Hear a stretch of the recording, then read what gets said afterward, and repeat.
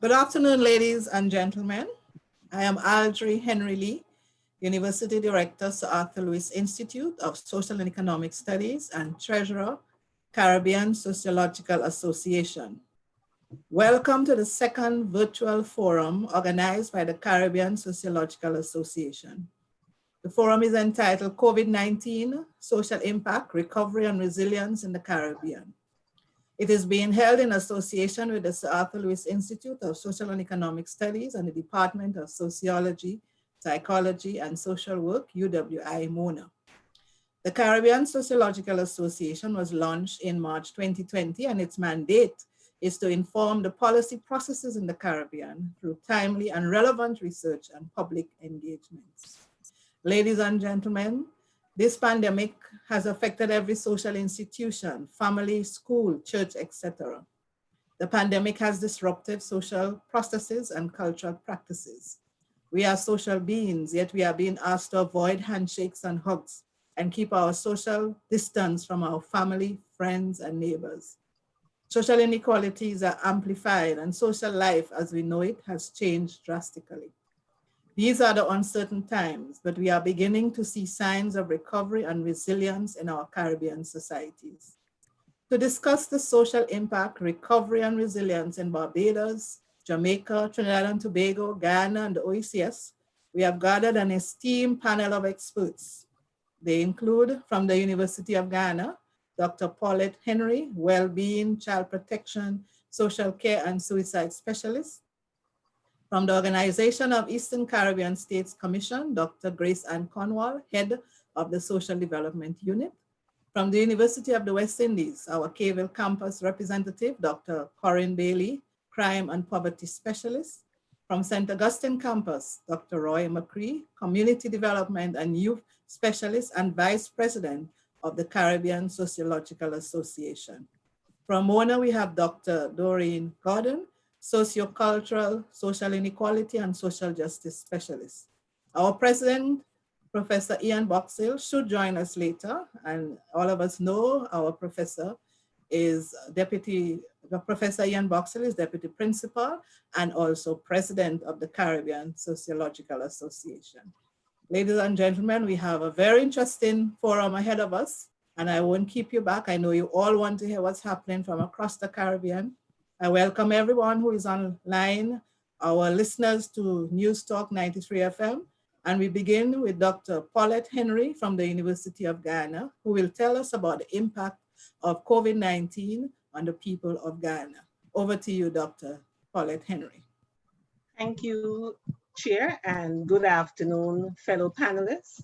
To those of you who are joining us online and listening via radio, thank you for being a part of our conversation this afternoon. I am very happy to be a part of this conversation because COVID-19 has impacted us, as we heard via our chair, all in some ways that we never thought about.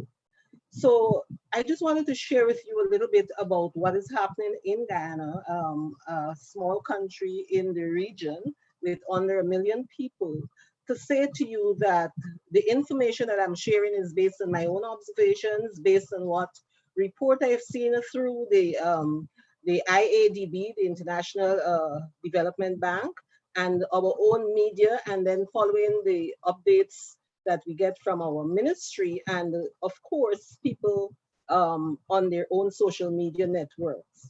But in Guyana, as of today, we have a number. The persons who have tested positive is 114 with 10 deaths, and that's 10 too many. We have 61 active cases, but we have celebrated 42 recoveries. Now, I remember when we got our first imported case on the 11th of March, and if you're following the stories of Guyana, you'll know that we have two things that are happening right now. It's not just COVID-19, but it's also we're in a prolonged election period.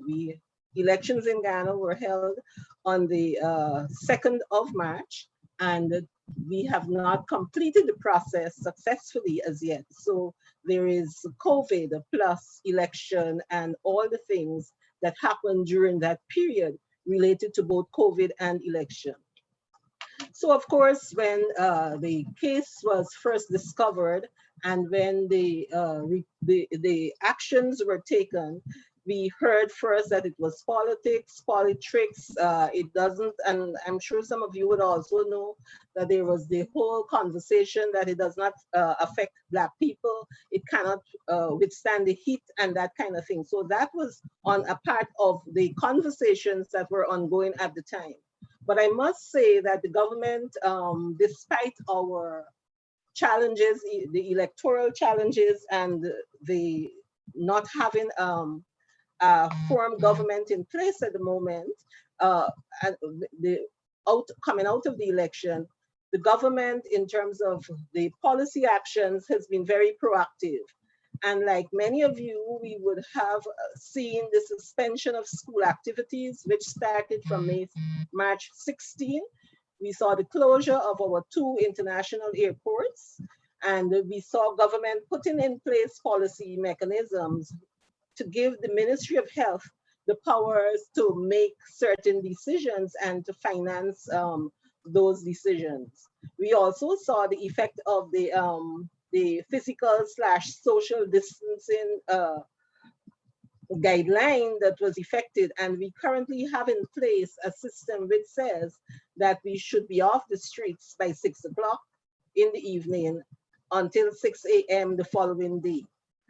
And that, of course, the people, as the chair highlighted, that are accustomed to being out and about. Our culture puts us into places where we socialize. We go to wakes, we go to funerals, we go to church, we do those other social activities that are part of our daily lives, and we have been inhibited from doing those things.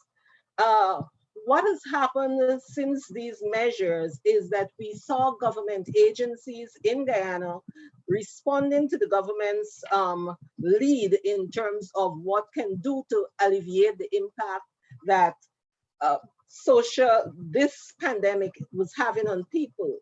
Because outside of those persons who have who are government employed, and those public and private agencies that have long-term employment, we also saw the impact of social distancing, physical distancing on other goods and services, other service delivery, other agencies. So for example, I recalled in one particular agency where the entire staff were let go at the end of March.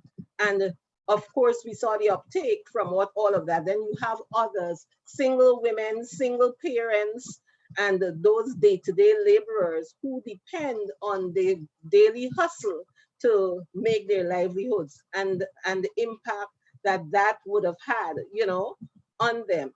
I don't know how much longer I am allowed to go in this initial conversation, but I just wanted to give 3 you. minutes. You're about maybe 30 seconds left. Okay, but I just wanted to set the tone and let you understand that, like the rest of you in the region, we too are facing similar challenges. Our people, a social people, a people who are accustomed to talking over the fences, walking down the streets, sharing their neighborhoods and community. We are doing things a lot differently than we are traditionally accustomed to. And that's the kind of conversation that I would like to have with you, and to also share with you some of the good things, some of the old day, small day things that I have seen coming back. And that tells us that even within this, there are so many other opportunities and learning experiences for all of us. Thank you. Okay, I'm going to thank you very much, Dr. Henry. I'm going to ask Dr. Roy McCree, Vice President of the Caribbean Sociological Association and with Senior Research Fellow at the South Louis Institute of Social and Economic Studies at St. Augustine campus, to address us now.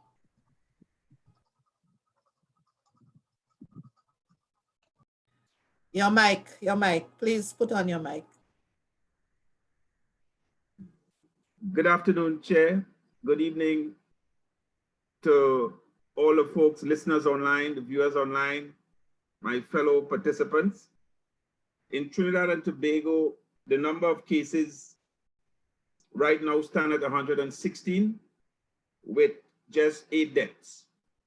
In terms of impact, the impact has been at best mixed, similar to other parts of the Caribbean. I comment on 3 main areas: family life, policing, and government expenditure. In terms of family life, children and their parents are having an opportunity to spend quality time together. However, at the same time, we have heard reports and figures from the police pointing to an increase in domestic abuse in this country. The number is twice times the amount it was last year. I think it's over 500 cases. And also there's the issue of child abuse that has figured in this COVID pandemic. So in terms of family life, the impact has been mixed. In addition, clinical psychologists have reported an increase in anxiety, in stress among segments of the population. So family life has had negative and positive impacts from COVID-19. In terms of policing,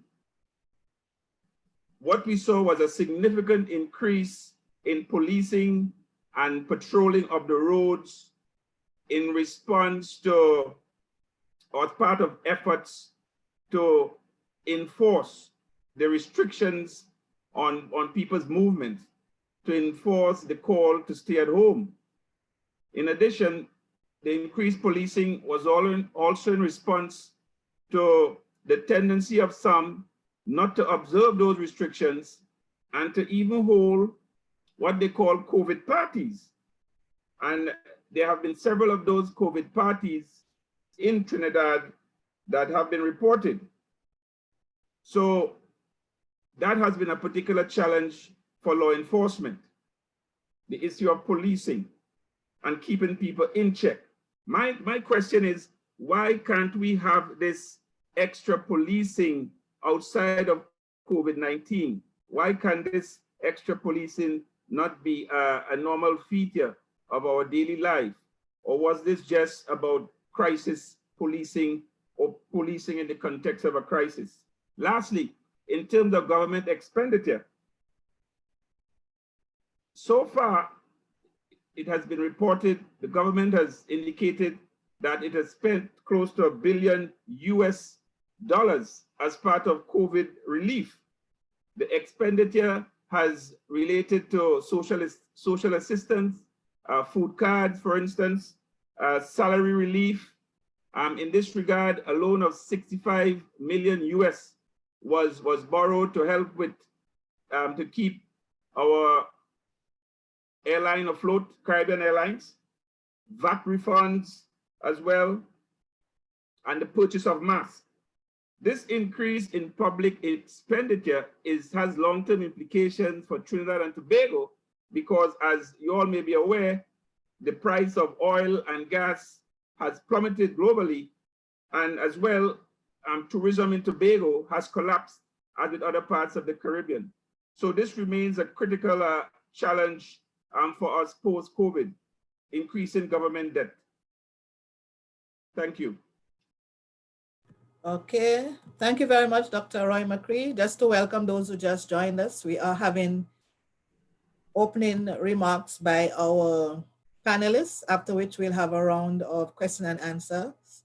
And so keep in tune, keep your questions ready, keep your comments ready. And now I'm going to invite Dr. Corin Bailey from Caville Campus, UWI, and Senior Fellow at the Sir Arthur Lewis Institute of Social and Economic Studies to address us. All right, thanks, Chair, and afternoon, everyone. I'll kind of try and talk quickly so I get through in my 4 minutes. All right, so in any society that in every society, you have a group of people who are either living in poverty or who are vulnerable to it as a result of some kind of shock. And that could be a global recession or some kind of natural disaster. And in many ways, COVID-19 approximates a kind of a natural disaster, right? And I assume it will be studied from that angle by some in the future.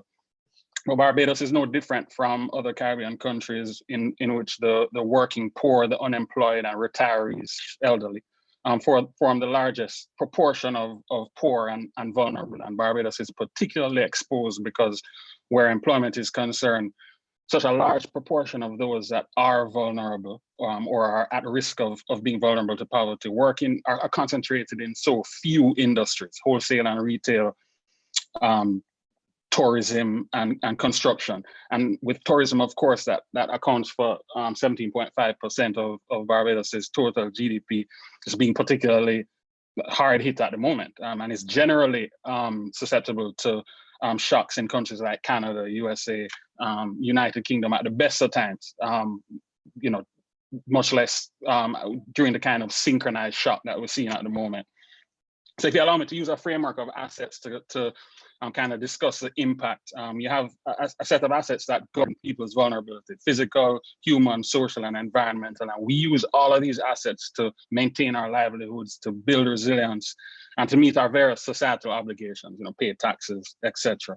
And we access these through things like employment, social networks, education, and health. So when you think about that, it kind of gives you an idea of how it is that COVID-19 is impacting upon this, because what's happening is that as a result of it, people are not able to access those things or make use of those assets.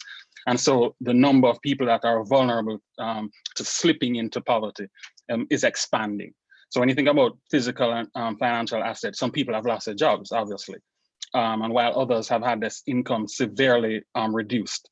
As I said, tourism is such a big part of our workforce. The hospitality industry in general has virtually shut down. So many people have been displaced by that. Also, for many, childcare responsibilities have exacerbated that inability to remain productive, and it's added an extra layer of stress to many, particularly women who, as we know, head the majority of single-parent families across the region. Some studies putting that as high as 59% in the Caribbean. For Barbados, it's about 43%.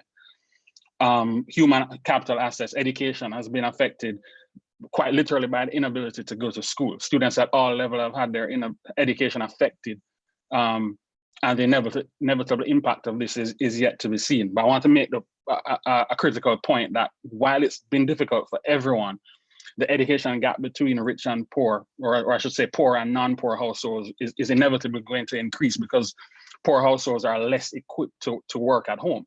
But when you consider the conditions of overcrowding that are typical of poor households, as well as deficiencies in technology, it's easy to see how the longer this goes on, the greater will be the effect of this kind of disparity in access.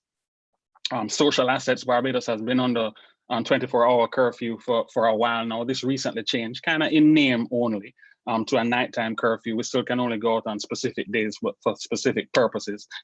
Those purposes will be expanded on Monday. And of course, even before that, many of us had quarantined ourselves. So we've been isolated from our usual networks of support for some time now. And these are the social relationships that are utilized by individuals in order to maintain and improve living standards. Of course, we know in the Caribbean, extended family networks are critical sources of care and support, community, faith-based social relationships, and these extend across class lines, ethnicity, race.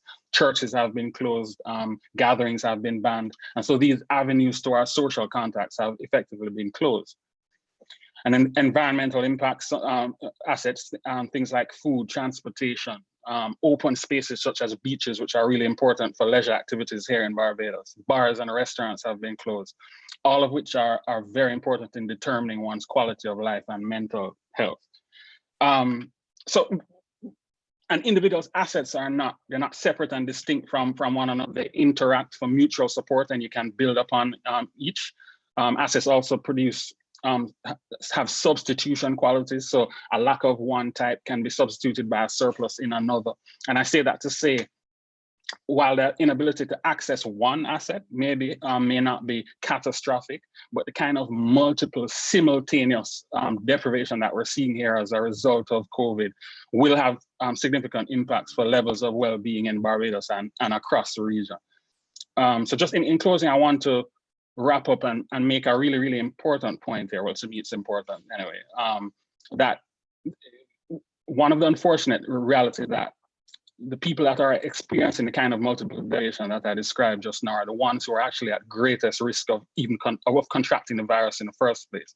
They might lack access to clean water and sanitation, placing them at high risk.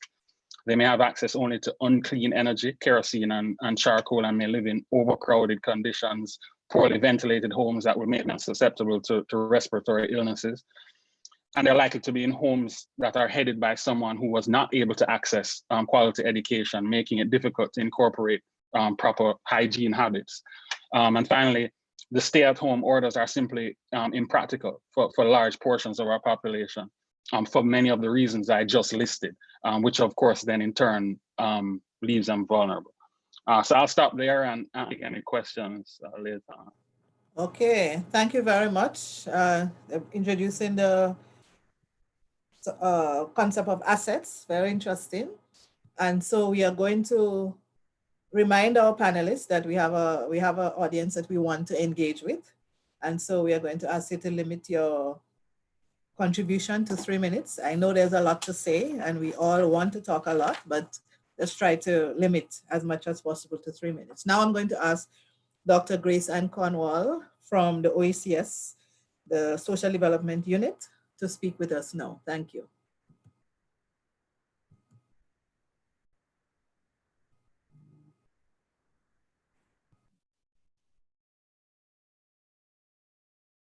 Dr. Cornwall?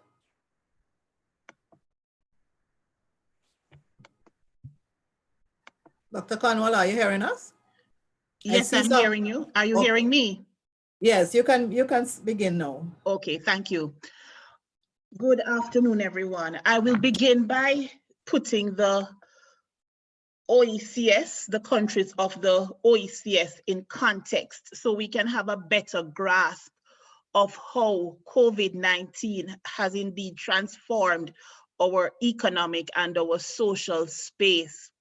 The space in which we operate comprises 11 member states, which are small island developing states. So this alone speaks to our vulnerability. We have a population size of less than 1.5 million people and a GDP of Eastern Caribbean dollar 18 billion.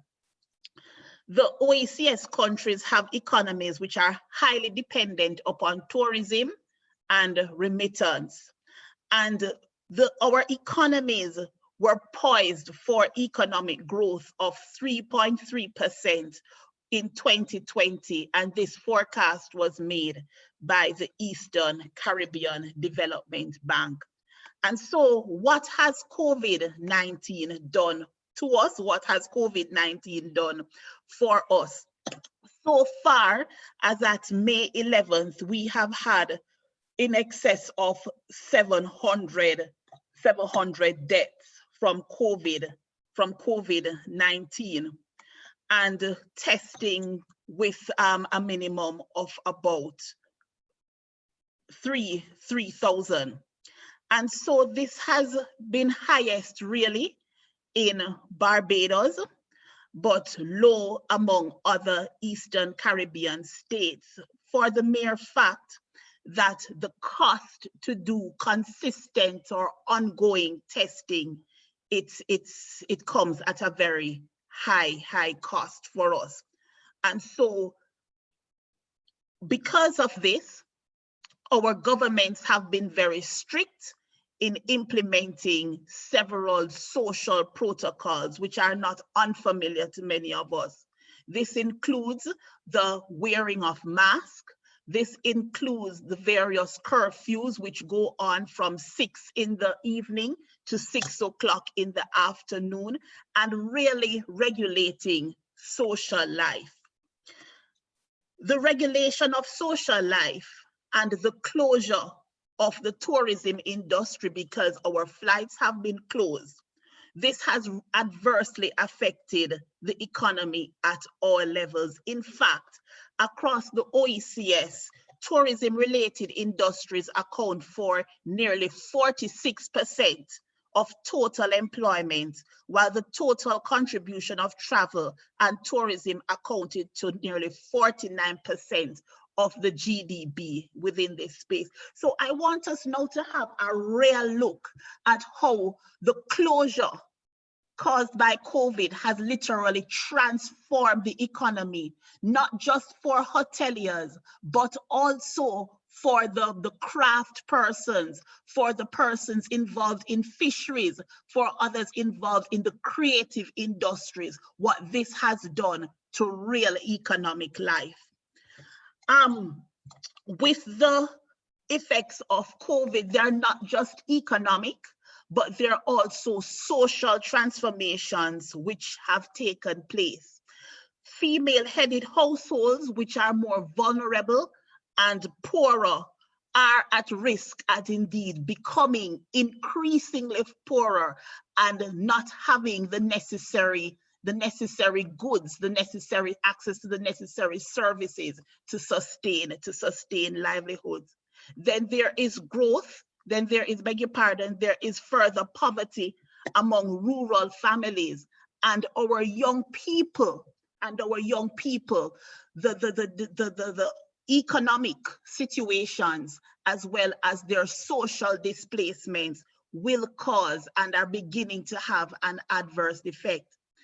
Like many members, like other Caribbean countries, the countries in the OECS too closed their schools in mid-March 2019. And though we have included the online learning platforms, we are also seeing the real digital divide in the education experience between those who have the technological divides and the associated internet to go along in making learning an ongoing experience.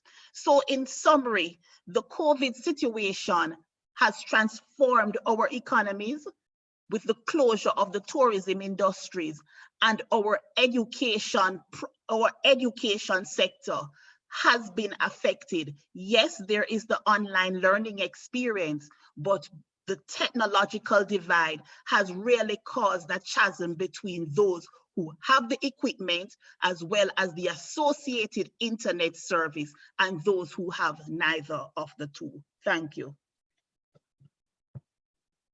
Okay, thank you very much, You're Dr. welcome. Cornwall. I am quite happy to see we are beginning to get a list of all the vulnerable groups that have been affected by COVID-19. We are beginning to hear the list, the youth, the elderly, the children, female-headed households, etc. So we are beginning to go deeply into the impact of COVID-19. Thank you very much. You're Our welcome. final presenter for today, for this section, this round, is Dr. Doreen Gordon from the Department of Sociology, Psychology, and Social Work. Dr. Gordon, over to you. Thank you, Chair, and good afternoon to everyone. Thank you for inviting me to participate in this event and giving me the opportunity to share with some distinguished panelists and with the audience. Well, in Jamaica, we have had about 500 plus cases, a little over 500 cases of COVID-19. We have had over 100 recoveries and 9 deaths. And as in other places in the world, the initial response to the pandemic was one that included a scientific and very medical discourse about implementing measures to control the spread of the virus. And while this is a necessary part of the response, we also have to think about the wider social and economic issues, which we can't avoid as small island developing states. Also, the pandemic is deeply social. As many of you have been saying, the spread of the virus is sometimes caused by our own behavioral responses. So we know in Jamaica, culturally, we are people that like to be outdoors. We like to go to the dances, the fish fry, the river bashment party, the beach limes, right? And some of this socializing is for practical reasons, getting out of overcrowded living conditions. Also, people earn an income from some of these activities. And other reasons are cultural, you know, supporting the community during when there's a death of somebody in the community. But of course, large crowds facilitate the spread of the virus. Also, there has been some debate about having culturally appropriate messages for spreading information about the virus, because a lot of the initial conversation about the virus was very formal, done in very formal settings, media conferences, and so on. And, you know, I think there was some need to have some of the message in the vernacular, in patois, you know, and to use our music and dance and arts more to communicate some of the messages and getting it to the vulnerable groups, street boys, people who are working marginalized communities. How are we going to get the message out to them?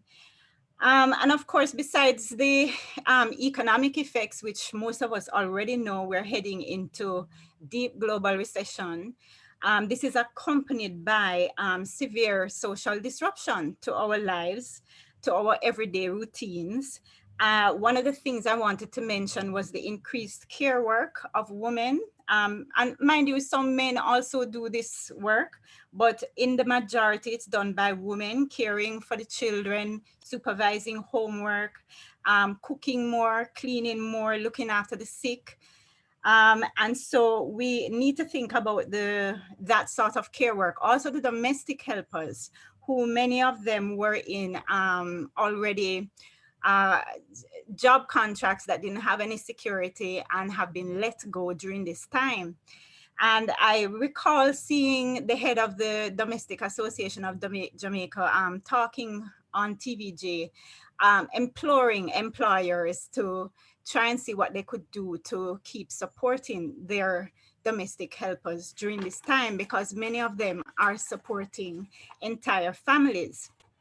Of course, the effect on the elderly hasn't been spoken about too much, besides the fact that we know they're more vulnerable physically, but the fact that the mental impact of staying at home, being isolated, not doing the activities that they used to do, like go to church, being told that they can only go out for essential, you know, sort of trips. You know, the elderly also may not have social support. I was just watching the news last night about how this elderly woman who was standing up in line to get her care package at the National Stadium, she fainted in the sun and in the long line. So there didn't seem to be anybody there to help her, right? So thinking about the needs of the elderly. UNICEF has also pointed to greater vulnerability of children to abuse, to trafficking, to violence, particularly if children are out of school on the streets, vulnerable to recruitment by gangs. The effect on students, you know, I'm a teacher and I've seen this kind of effect firsthand. The lack of access to stable internet. Many people have to be dealing with that, as well as cuts in funding. The Student Loan Bureau has cut funding to students this year. So, and then of course, also deserving of mention is the higher levels of trauma and stress in the family, particularly looking after the sick and the whole fear of being cut off from your relatives if you become sick and you have to go into quarantine, whether it's at your home or the hospital or elsewhere.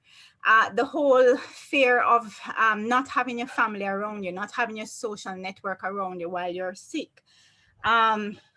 also the trauma of stigma and prejudice. I don't know, I haven't heard any stories yet from any of you about, you know, the stigma that surrounds people who may have COVID-19 in their communities. So, you know, people reporting even death threats, you know, and being blamed for bringing COVID-19 into their communities.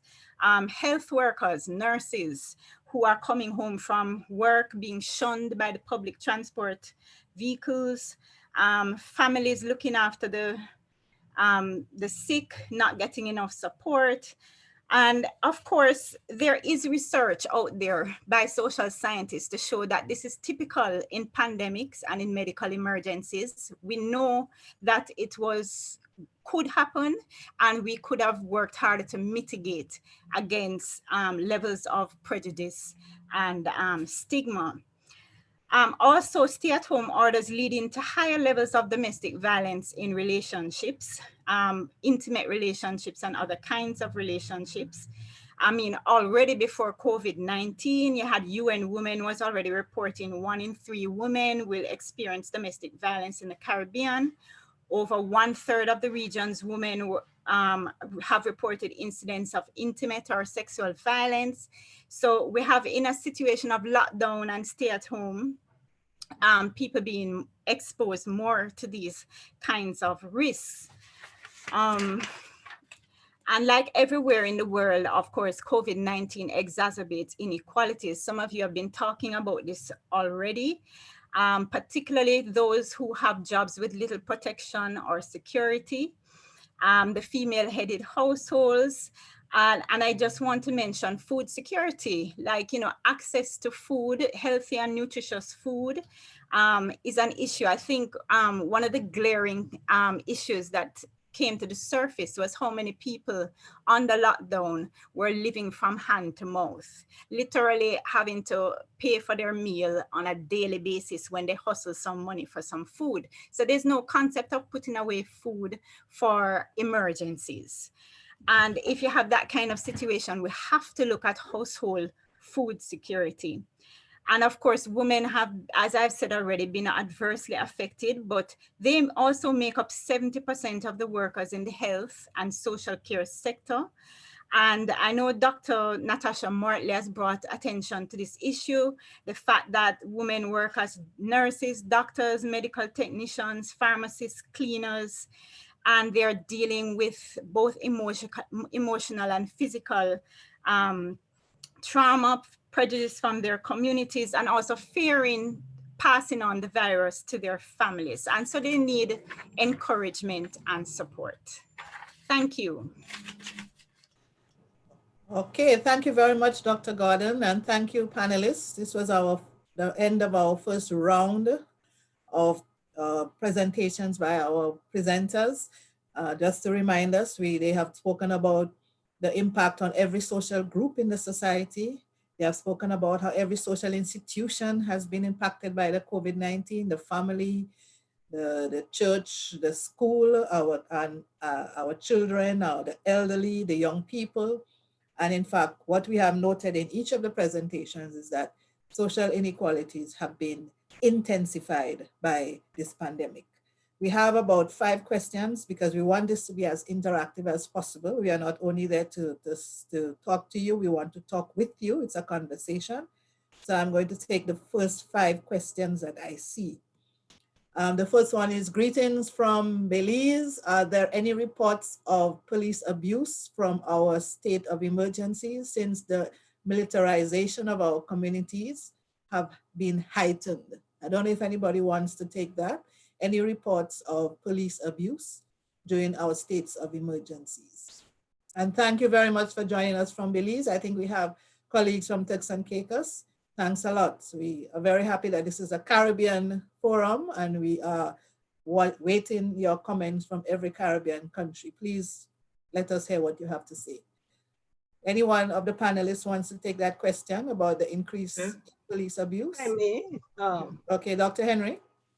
I just wanted to say that in Guyana, we have not had any forms of abuse by the police. What we do have is a more Okay, what we do have is more vigilance by the police in terms of ensuring people try their best to maintain the social distancing rules that have been put in place. But that too has been a challenge.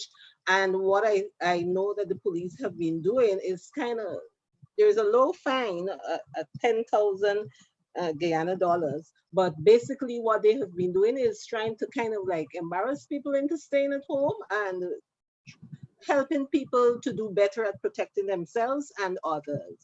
I think the police in our case has to be commended because as I indicated before, it's not only this issue that they have to deal with, but we're also in an election period and police at this time are one of the frontline workers that have to be out and about a lot.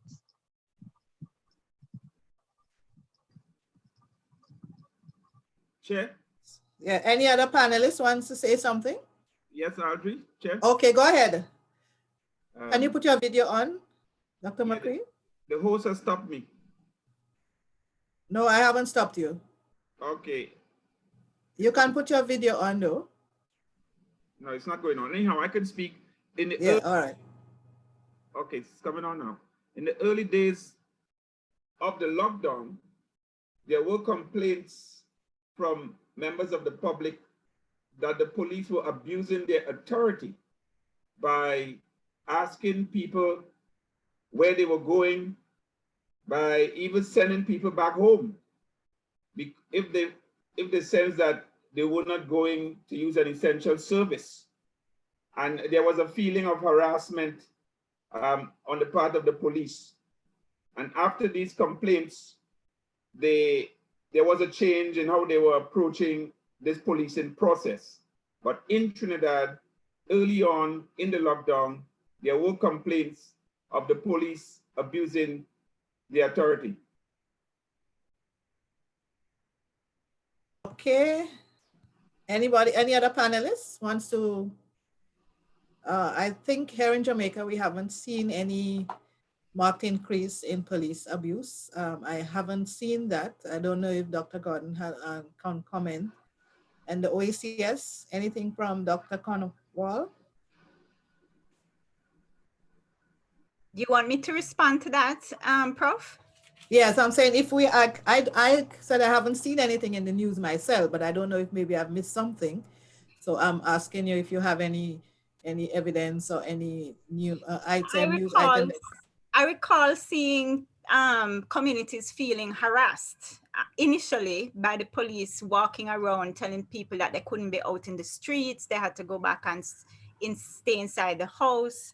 I know that police have been charging and fining people for holding parties and so on, and that they, in some cases, they have put the names in the newspaper of persons who were at the party or and so on. But I haven't heard of any cases of abuse, like physical abuse. Dr. Bailey? Okay.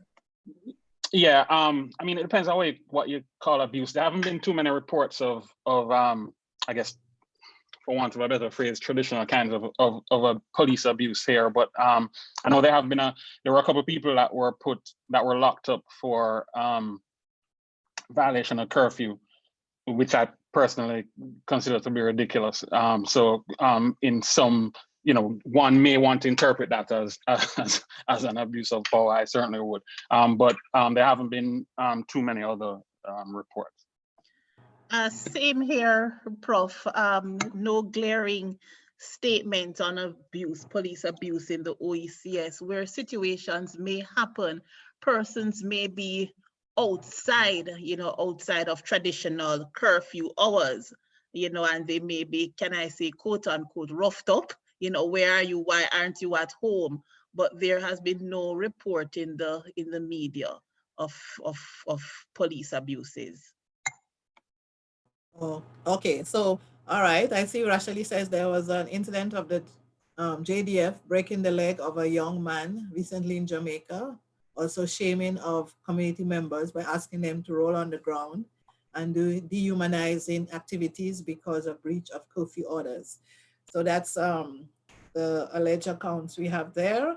But let me go on to the next question because I see some questions coming in fast and furious.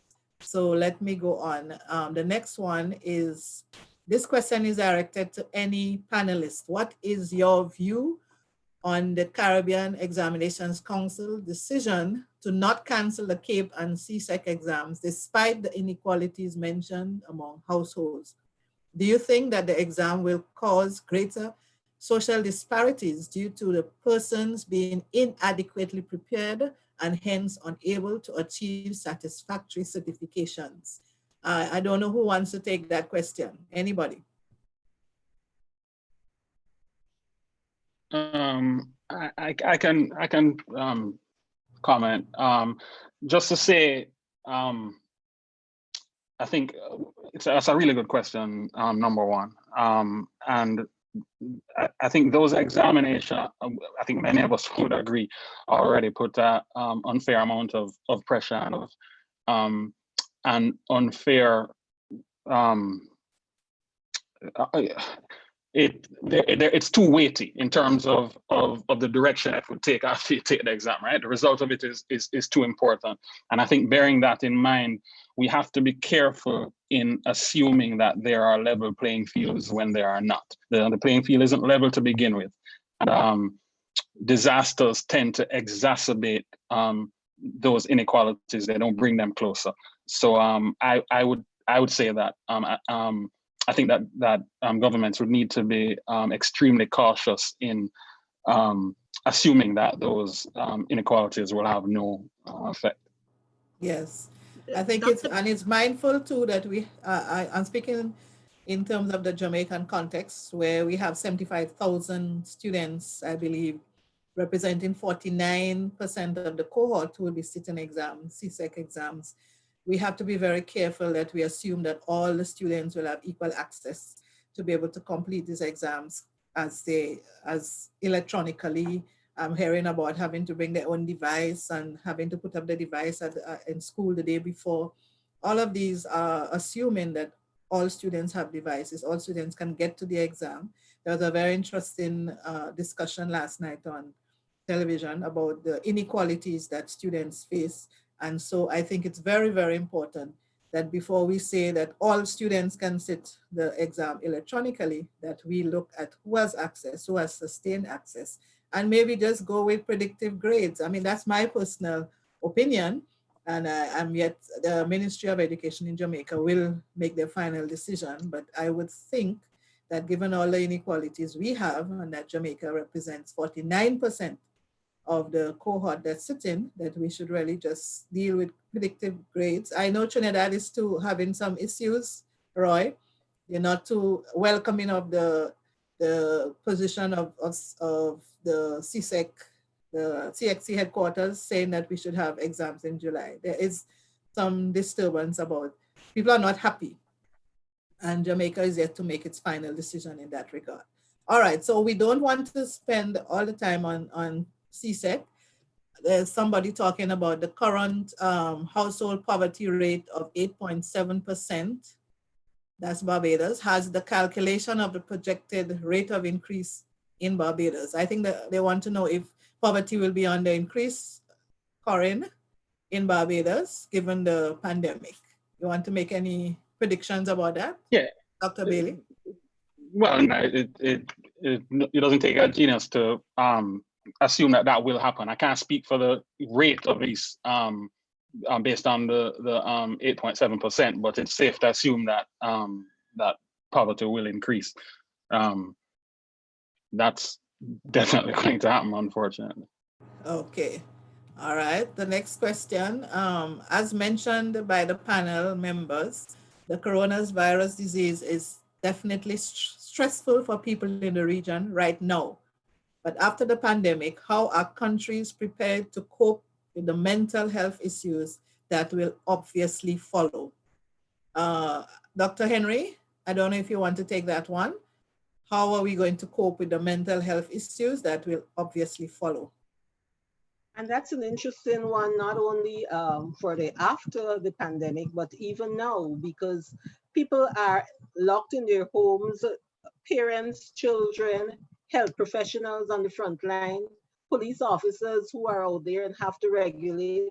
It's a stressful period. It's a period that we are confronting death and the things that we fear.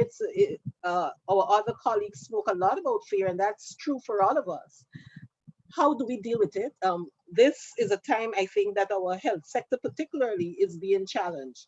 And I have seen in Guyana, our health sector being so responsive in terms of addressing first this pandemic, but also at the same time grappling with all the other attendant issues. I've seen other government ministries, education and social protection in Guyana, for example, taking psychosocial care to communities, to families, and to their health workers. However, whilst we're doing that at our individual country level, there is also the need for us to see across the region of how and what we are doing, what good practices are out there in terms of sharing, those experiences and what we have. Yes, now we are confronted and we have to do the short term, what we need in terms of like that survival mode, but a long-term plan for our children, for our families, and for our communities is really needed. I live in a community, and there was one person from my community who contracted the virus, and the community ran scared. People were all masked up, people were all locked up. We were like in a little ghost community for a little while until the people started to get a little more comfortable to come out. So it's something that we fully have to confront and address. What is the final strategy? I don't know, but I think we do have to work at it incrementally until we get there. Okay. Thank you for that. Somebody asked about if there's any suicide increase. I think it's a little too early now to be able to say definitively if we have any cases. But I see some, Dr. Henry, you wanted to expand on that? Yeah, I just wanted to say Guyana has been known for suicides, but I don't know if the suicides that we're having is related to the COVID-19. We have not been able to make that level of assessment and analysis, but even at the university, we've had, cases in our community with incidents and reports of suicide. But again, suicide is something that is underreported, just like domestic violence and all the other forms of abuse.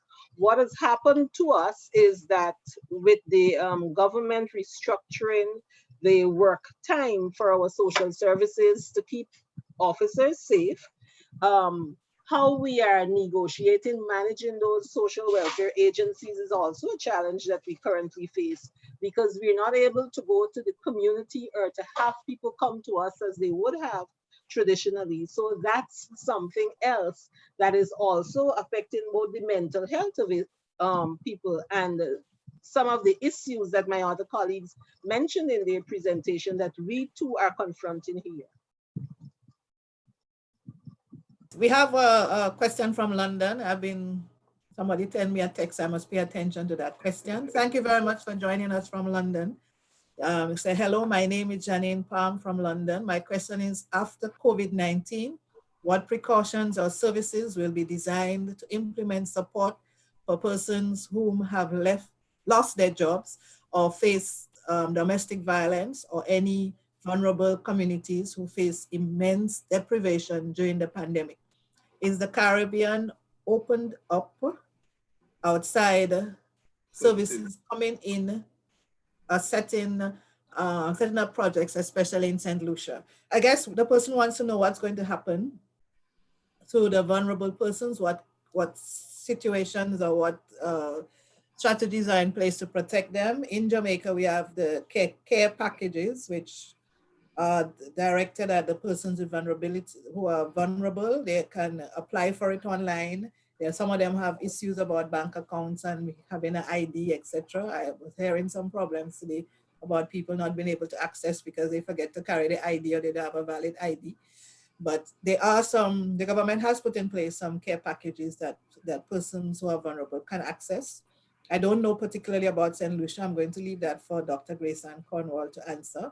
But I think in each country, there would be a move to provide social protection for the vulnerable groups in the society. So I don't know if Dr. Grace Ann Cornwall has anything specific to St. Lucia in terms of what is going to happen to vulnerable persons during this pandemic and afterwards.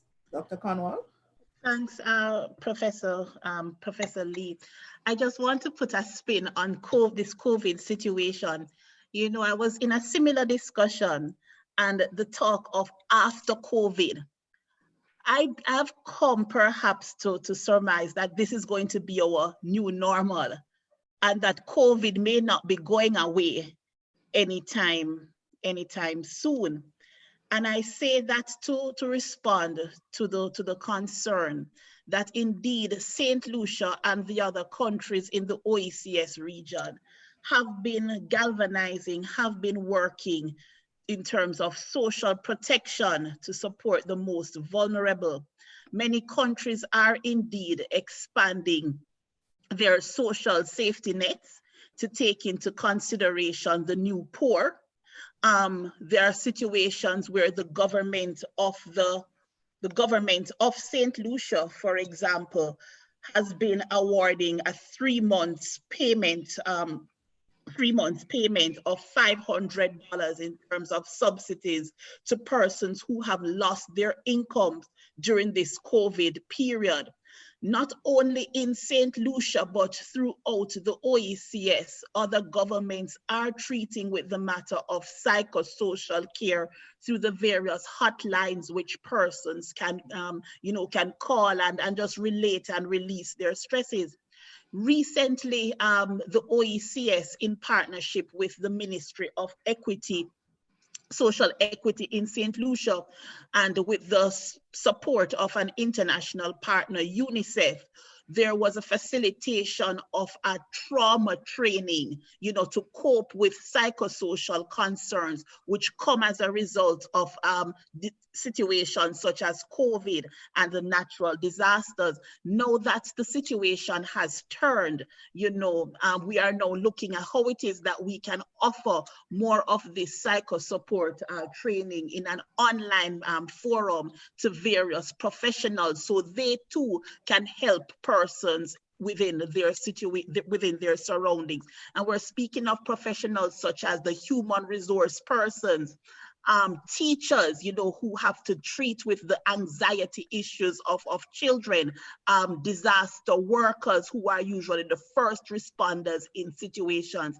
And we are in a very dynamic and unique situation, because though we speak of COVID now, we ought to remember in another few weeks, 2 weeks in fact, we will commence the hurricane season. And so it is as if we have COVID plus. And so we have to take the situations that treat with shock as very, very important in our social protection responses. Thank you.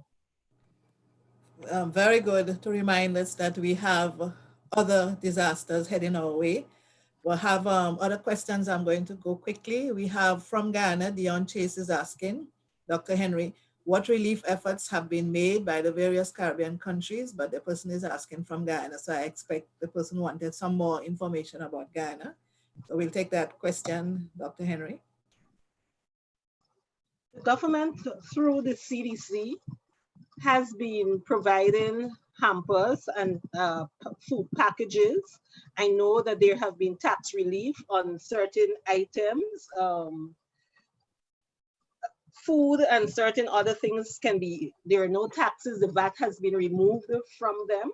So there are a couple of things that I think the government started by trying to reach the most vulnerable communities first. And we saw that throughout the 10 regions of Guyana. So, and then the work from home,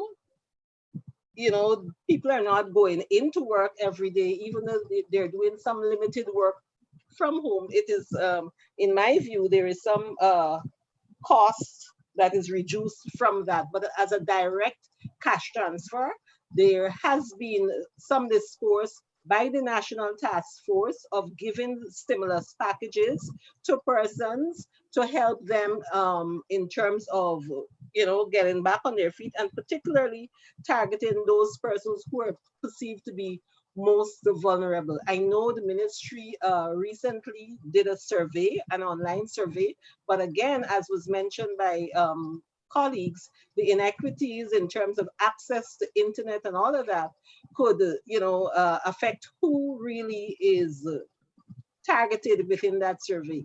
But I do know that some effort has been made in terms of getting and reaching vulnerable communities. Individual workplaces and organizations have also been stepping up. What we have seen now is a return to that community spirit, because I've also seen where business places and others have been giving out packages and hampers. I've seen agricultural centers giving out seeds. I've seen young people within the community assisting other people in terms of setting up home gardens. So there is the garden to table philosophy that is now back, and lots of yards in my community and neighborhood and across the country. If you track social media, you also see a lot of people are now displaying what they're doing in terms of planting and getting food and simple things that can grow within 1 month in their yards again. Okay, thank you. I see Dion Frank's question is about mental health, which I think we had already discussed earlier. Yes, it's very important, of course, to underscore the emotional and the mental issues that come because of COVID-19, and they will be with us for a very long time. From Leaf Dunn, welcome. Very good to see you, Leaf.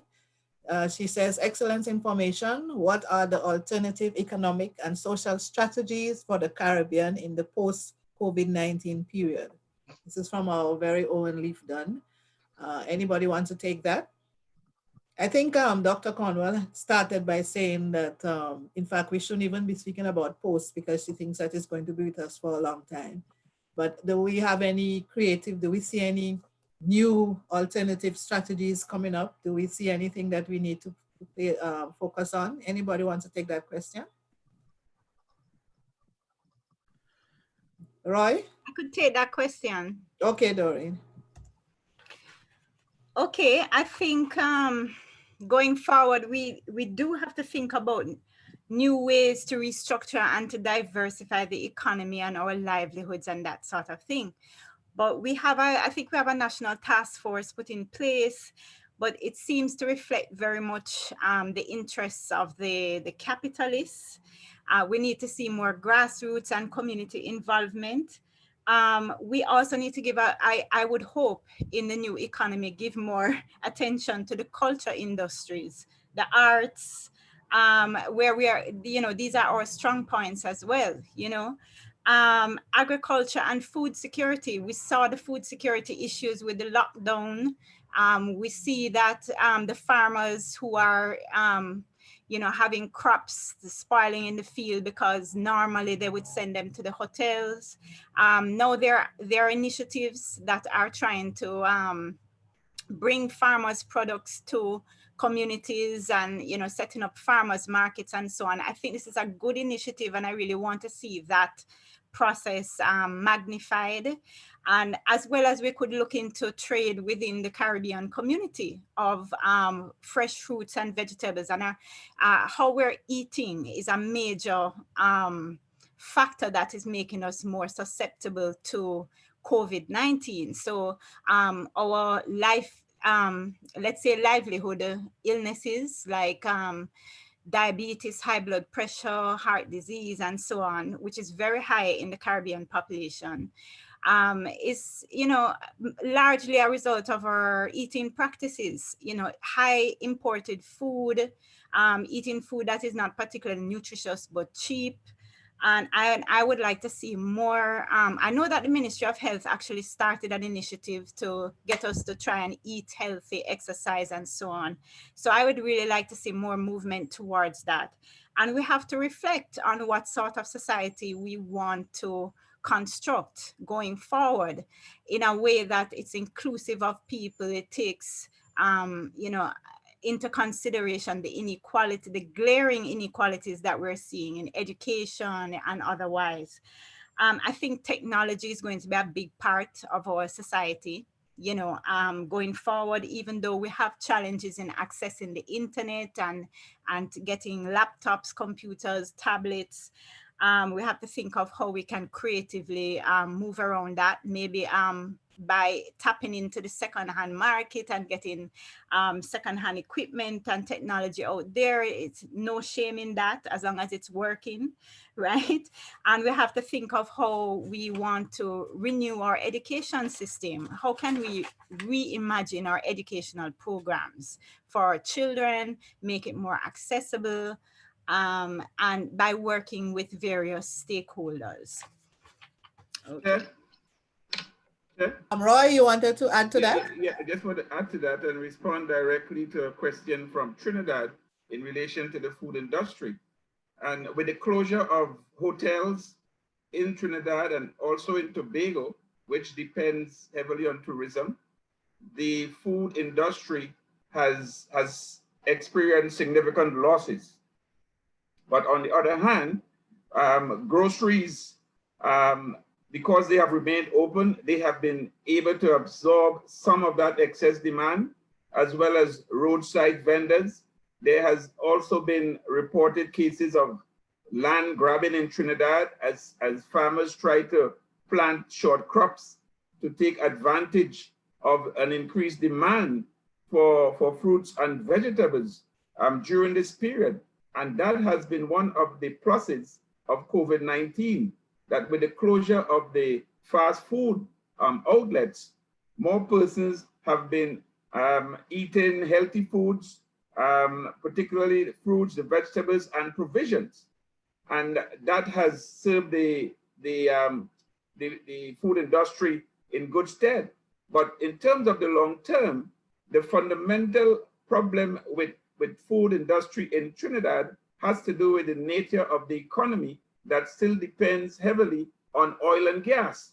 And everything else suffers because of that dependence on oil and gas. Tourism, you know, has suffered. The food industry has suffered from a lack of a sort of commitment to developing that food sector so that we could ensure our food security. So COVID-19, you know, is also exposing that weakness in our developmental, in the structure of our economy and our developmental policies, at the same time that it is showing the value of having a fully operational, you know, food industry and being able to satisfy your own needs for certain products.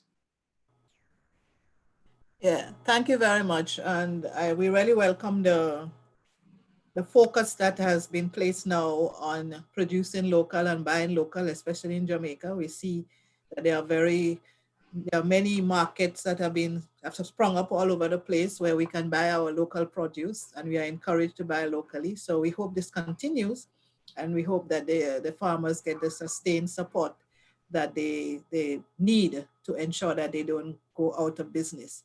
One of our students, Neva, very good to see SALISES students joining in. She says, can you speak about the inability to pay rent and existing homelessness? Anybody want to take homelessness and inability to pay rent? In Trinidad, the government, in Trinidad and Tobago, the government has tried to use moral suasion, ask landlords to be humane, okay, to be understanding in terms of asking for rent in a situation where some persons have been laid off or they are not receiving their full income. Outside of that, there has not been any provision to help those persons. I mean, the last report is that the government was trying to deal with the rent it charges for its own housing as a way of meeting the vulnerable groups in the society. So that remains a dicey issue, the issue of paying rent. Homelessness, as a fallout from COVID, the state, the government already has in its social service delivery mechanisms and facilities to help deal with the homeless in the society. I assume some of those facilities would kick in as a way of dealing with the impact of COVID and also in the long term. Yeah, the other question from Ms. Sinclair from Ghana, I think we spoke about that, the food shortages and whether or not we have increased food insecurity. We have some examples of police abuse from Ghana from Yaya Mare Coleman. I don't think we should read all of it, but it's basically saying that in Belize, there have been increased reports of police abuse, and we were given at least 4 cases of that. So that's just for those who wanted to know whether in the Caribbean there was increased police abuse. We have our participant from Belize giving us at least 4 instances of police abuse. Lisa Bramwell says, can the students' reports and transcripts from 11th to 13th grade be used instead of CSEC and CAPE? I think I'm going to address that to our president. Our president has joined us, president of the Caribbean Sociological Association, Professor Ian Boxill. Welcome, our deputy principal, Mona Campos. I'm going to put you on spot, Professor, and ask you to answer that question. It's an education question, whether or not we should use the students' reports and transcripts from 11th to 13th grade instead of having CAPE and CSEC. Over to you, Prof.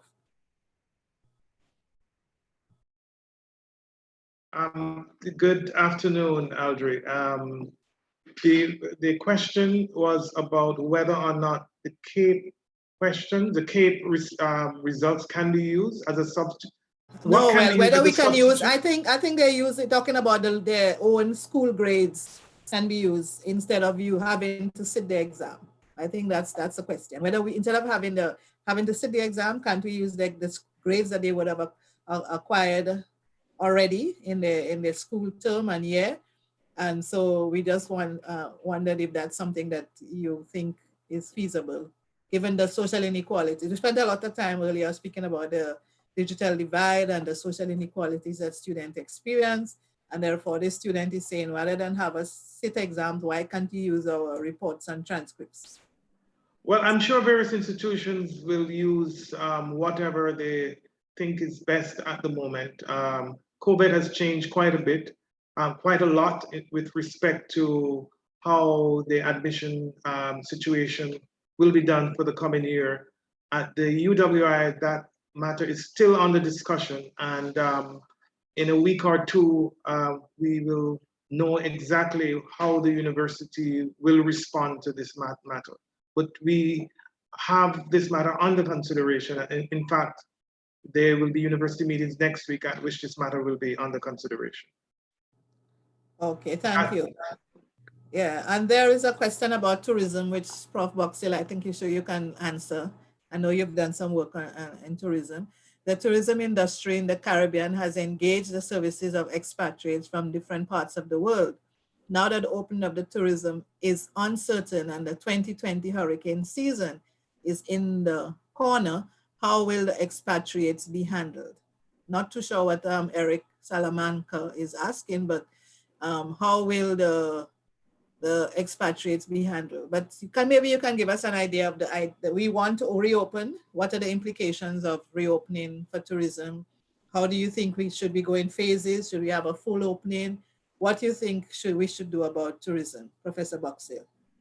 Well, I think any decision to open up has to be driven by the public health concerns, and these have to be addressed frontally. In addition to that, our biggest market are in Europe and the United States. Here in Jamaica, over 70% of our tourists come from the United States. And as you know, the United States currently is experiencing some serious challenges with respect to dealing with the COVID-19 pandemic.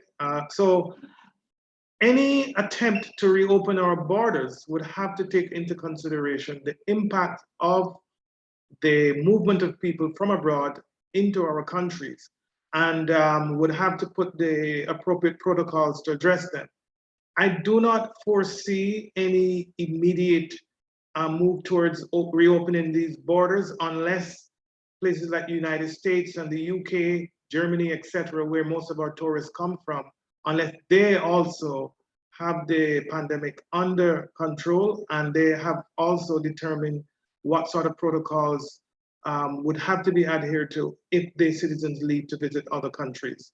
Here in Jamaica, we've had discussions about reopening. The Minister of Tourism is currently in discussion with a number of public health officials and others about what to do going forward. We don't know for sure when the borders will be reopened and when these tourists will arrive, but I suspect that what I said earlier about understanding what other countries will be doing will have to play, will also help to inform our decisions to go forward. So at the moment, tourism, reopening tourism is more of talk than actually action. Let me point out something here. There's an interesting statistic that the countries that were most affected by COVID-19 across the world are also the countries that attract the most tourists.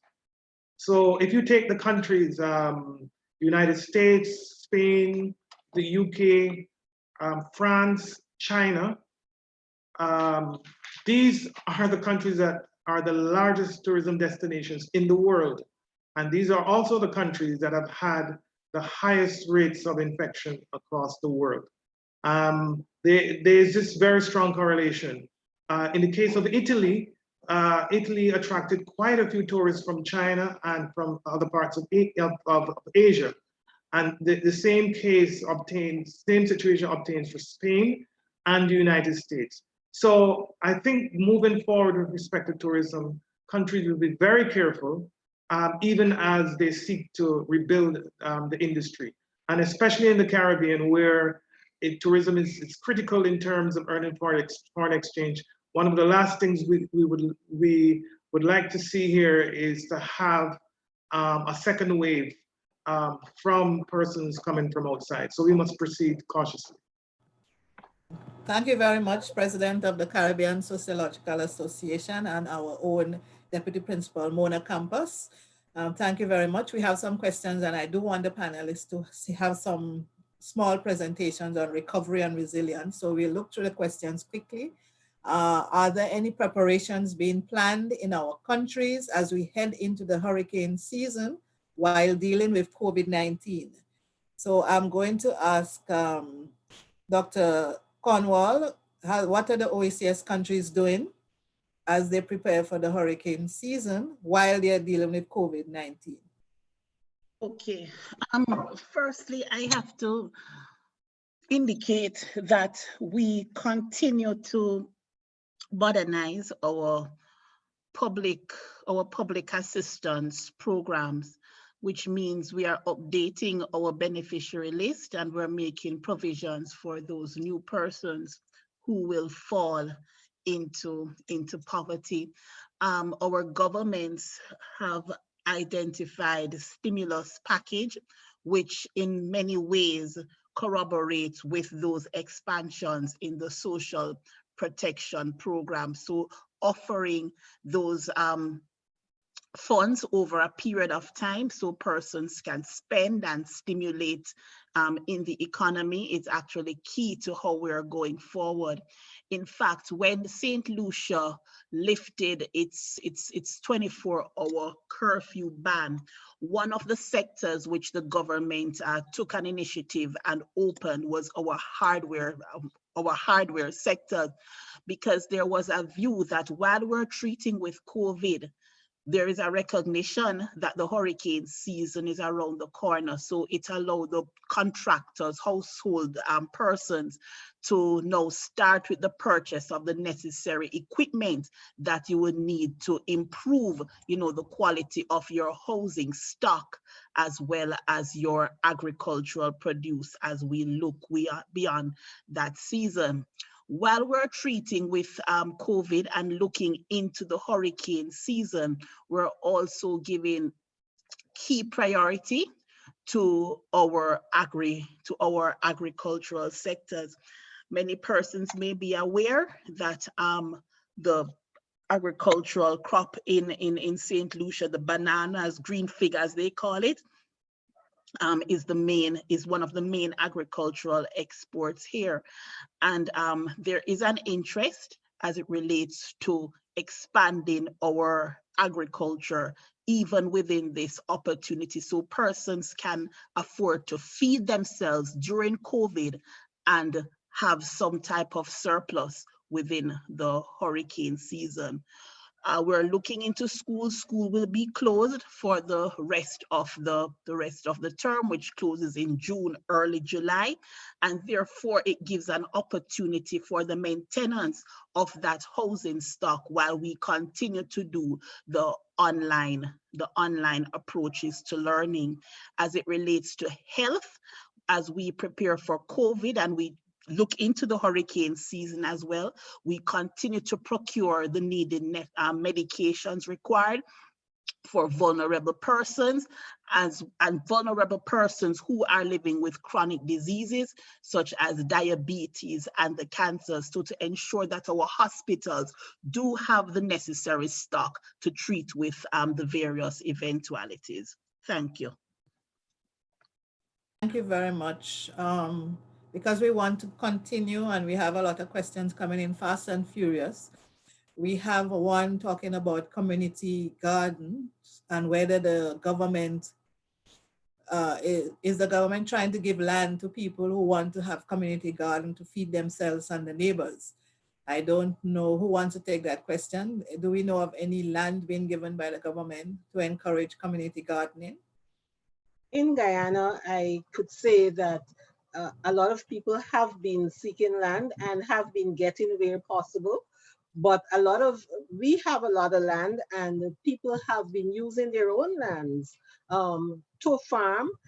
We've had in some instances where people don't actually have, I know that land that is not currently in use, and I'm not sure where they may have gotten permission from, but I know that there has been an upsurge in people doing subsistence farming in and around.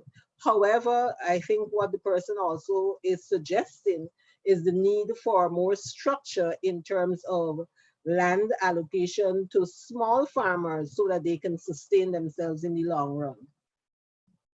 Okay, thank you very much. I think we talked about, Dr. McCree had answered this one about food industry in Trinidad and Tobago being affected by the crisis. So Dr. McCree, did you think that you answered this one from Rhea Roberts? How has food industry in Trinidad been affected by the crisis, and how can we as a region protect ourselves from food shortages given our high food import bill? Dr. McCree, you want to answer? Yes, I responded to that by speaking to the mixed impact that COVID-19 is having on the food industry. With the closure of restaurants, with the closure of certain fast food outlets, those markets for local foods, have been shut out. But groceries have been, some of them probably have been able to absorb that excess capacity or supply, local supply from the food sector. I also mentioned how certain farmers are quote unquote grabbing land to plant the short crops so as to take advantage of the increased demand for particular products, provisions, and vegetables during COVID-19. But that has been one of the benefits of COVID-19. It has led to an increased demand for particular type of fruits and vegetables and provisions, particularly with the closure of many fast food outlets.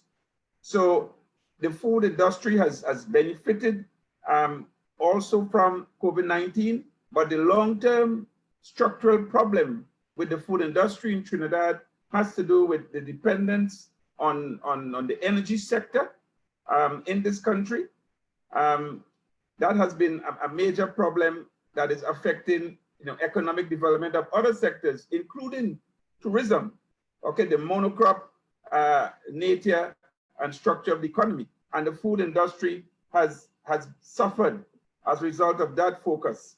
And one hopes that COVID-19 has served to sensitize us more to the importance of the food industry and to take in more serious policy initiatives. Some have been taken, but more serious and sustainable policy initiatives to develop this sector on a long-term basis.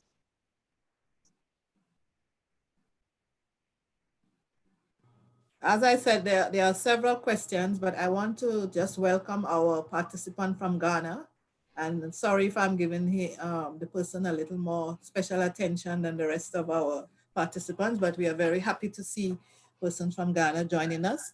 I'm going to focus this question to our president of the Caribbean Sociological Association. It says, what will the way forward for us, the students from developing countries, which mobile connectivity isn't the best, coupled with the high cost of data, and universities are going to use online distant learning models if COVID-19 does not go away soon? So I think it's basically about e-learning and what's the way forward with teaching and learning as we deal with COVID-19. Over to you, Deputy Principal and President of the Caribbean Sociological Association, Dr. Boxill, Ian Boxill. Please unmute your mic, Prof. I think what COVID-19 has shown to all of us in education that we have to take account of situations where we cannot deliver education face-to-face. A lot of countries have embarked upon the non-face-to-face delivery of degrees, certificates, diplomas, etc. In fact, the University of the West Indies, we have the open campus where delivery is on the non-face-to-face mode generally. And we have in excess of 5,000 students who are registered on that in that campus. So this idea of moving beyond face-to-face has been around quite a while.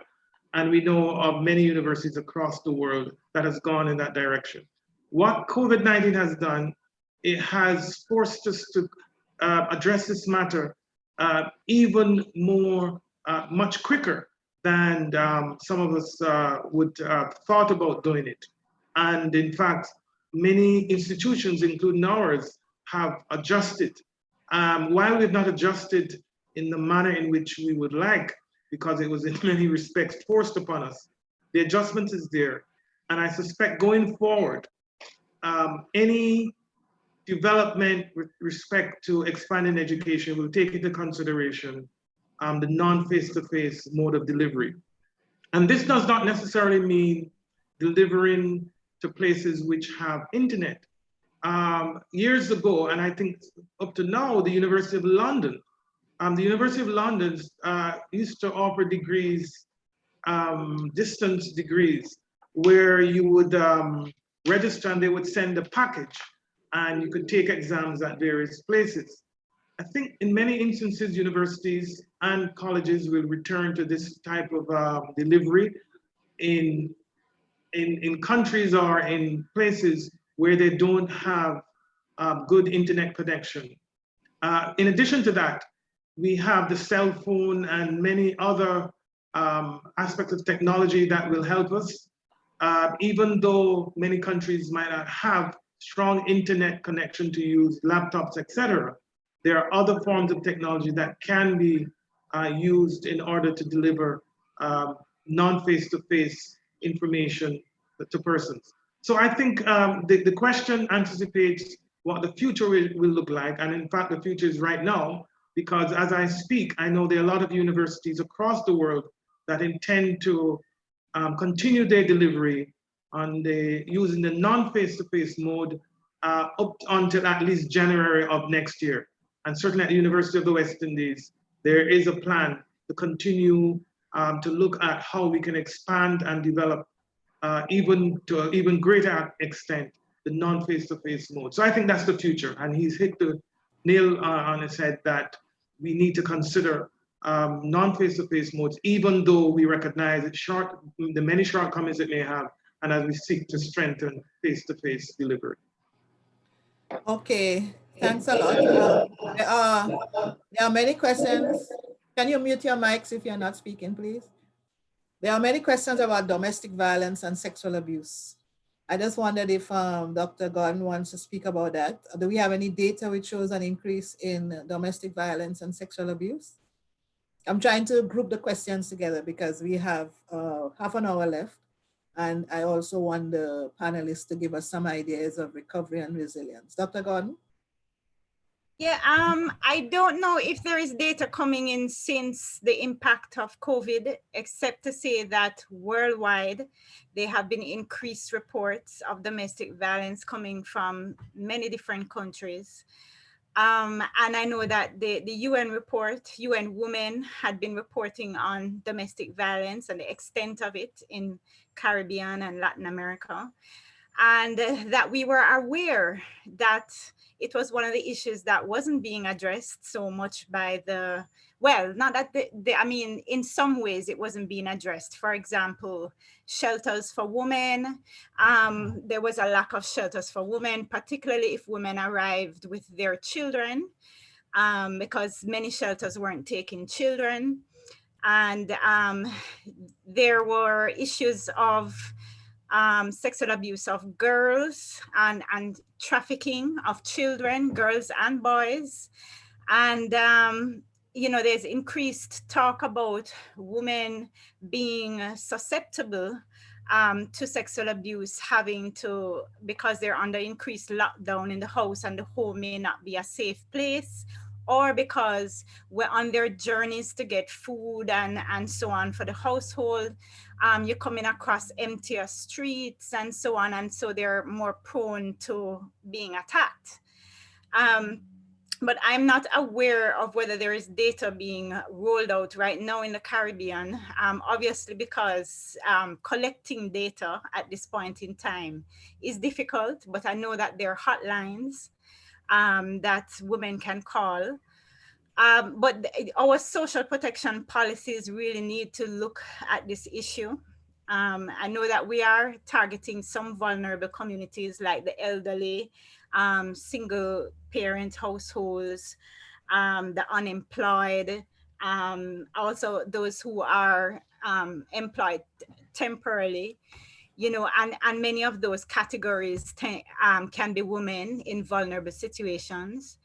But it was woefully lacking, this response to domestic violence. It was woefully lacking before COVID-19, and now we have the added stress of the pandemic and the hurricane season coming upon us.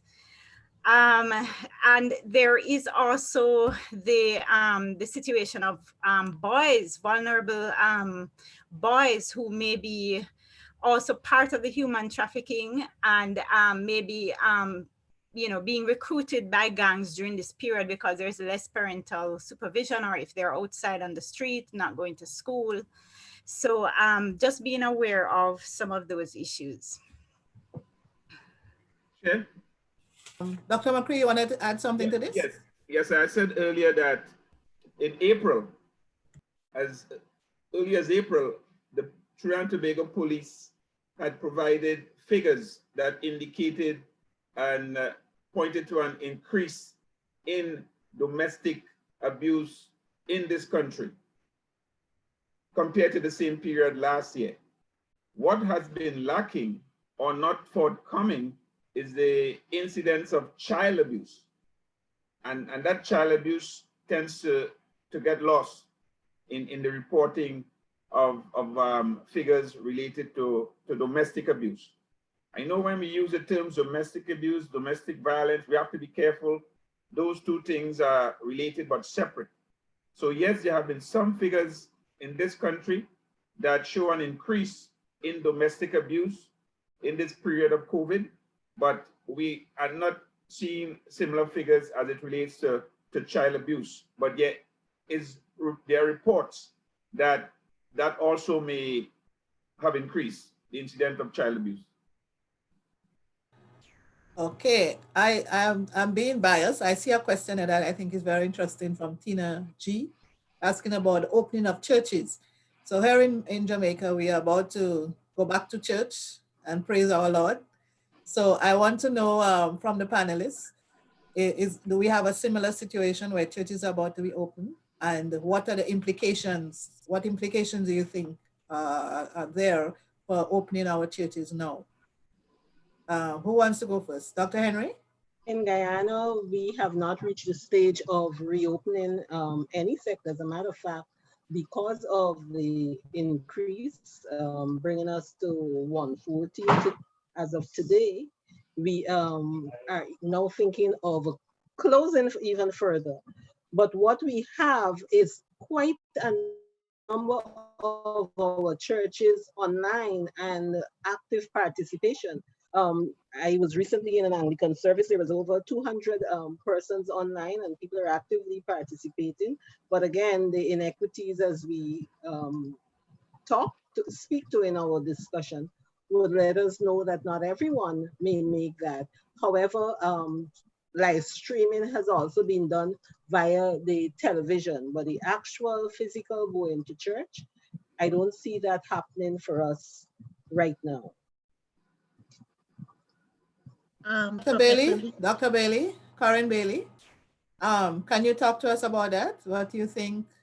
Yeah, so as of Monday, I think I mentioned earlier, there's another phase of the relaxation of the restrictions begins, and if I'm not mistaken, that includes churches, but I don't know if there has been a stipulation in terms of how many people can be in the church at the same time. But if memory serves me correctly, church are included in those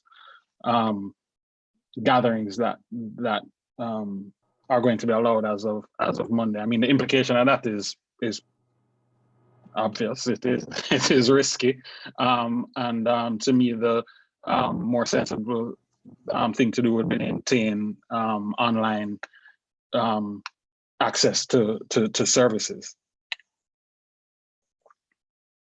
Says that some church leaders have said they don't want to tolerate masks in their church, but we'll see what happens. Corin, since I have you on, I wanted to ask you, I saw a question earlier about the increase. Do we expect that an increase in crime and violence given the increase in unemployment? Do you have any data or any signs of that already, that there will be an increase in crime and violence because of our increased unemployment? Right, so as was mentioned a little bit earlier by Dr. Gordon, it's doing studies right now is so difficult. We're not really going to find a lot of data coming out.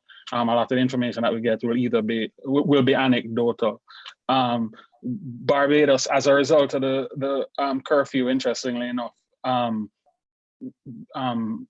that was instituted from the early stages of the spread, it's actually led to a decrease in crime at the moment. It's seen a 13% drop in overall crime as compared to the same time period last year. I should say presumably because of the curfew, right? I'm making that assumption.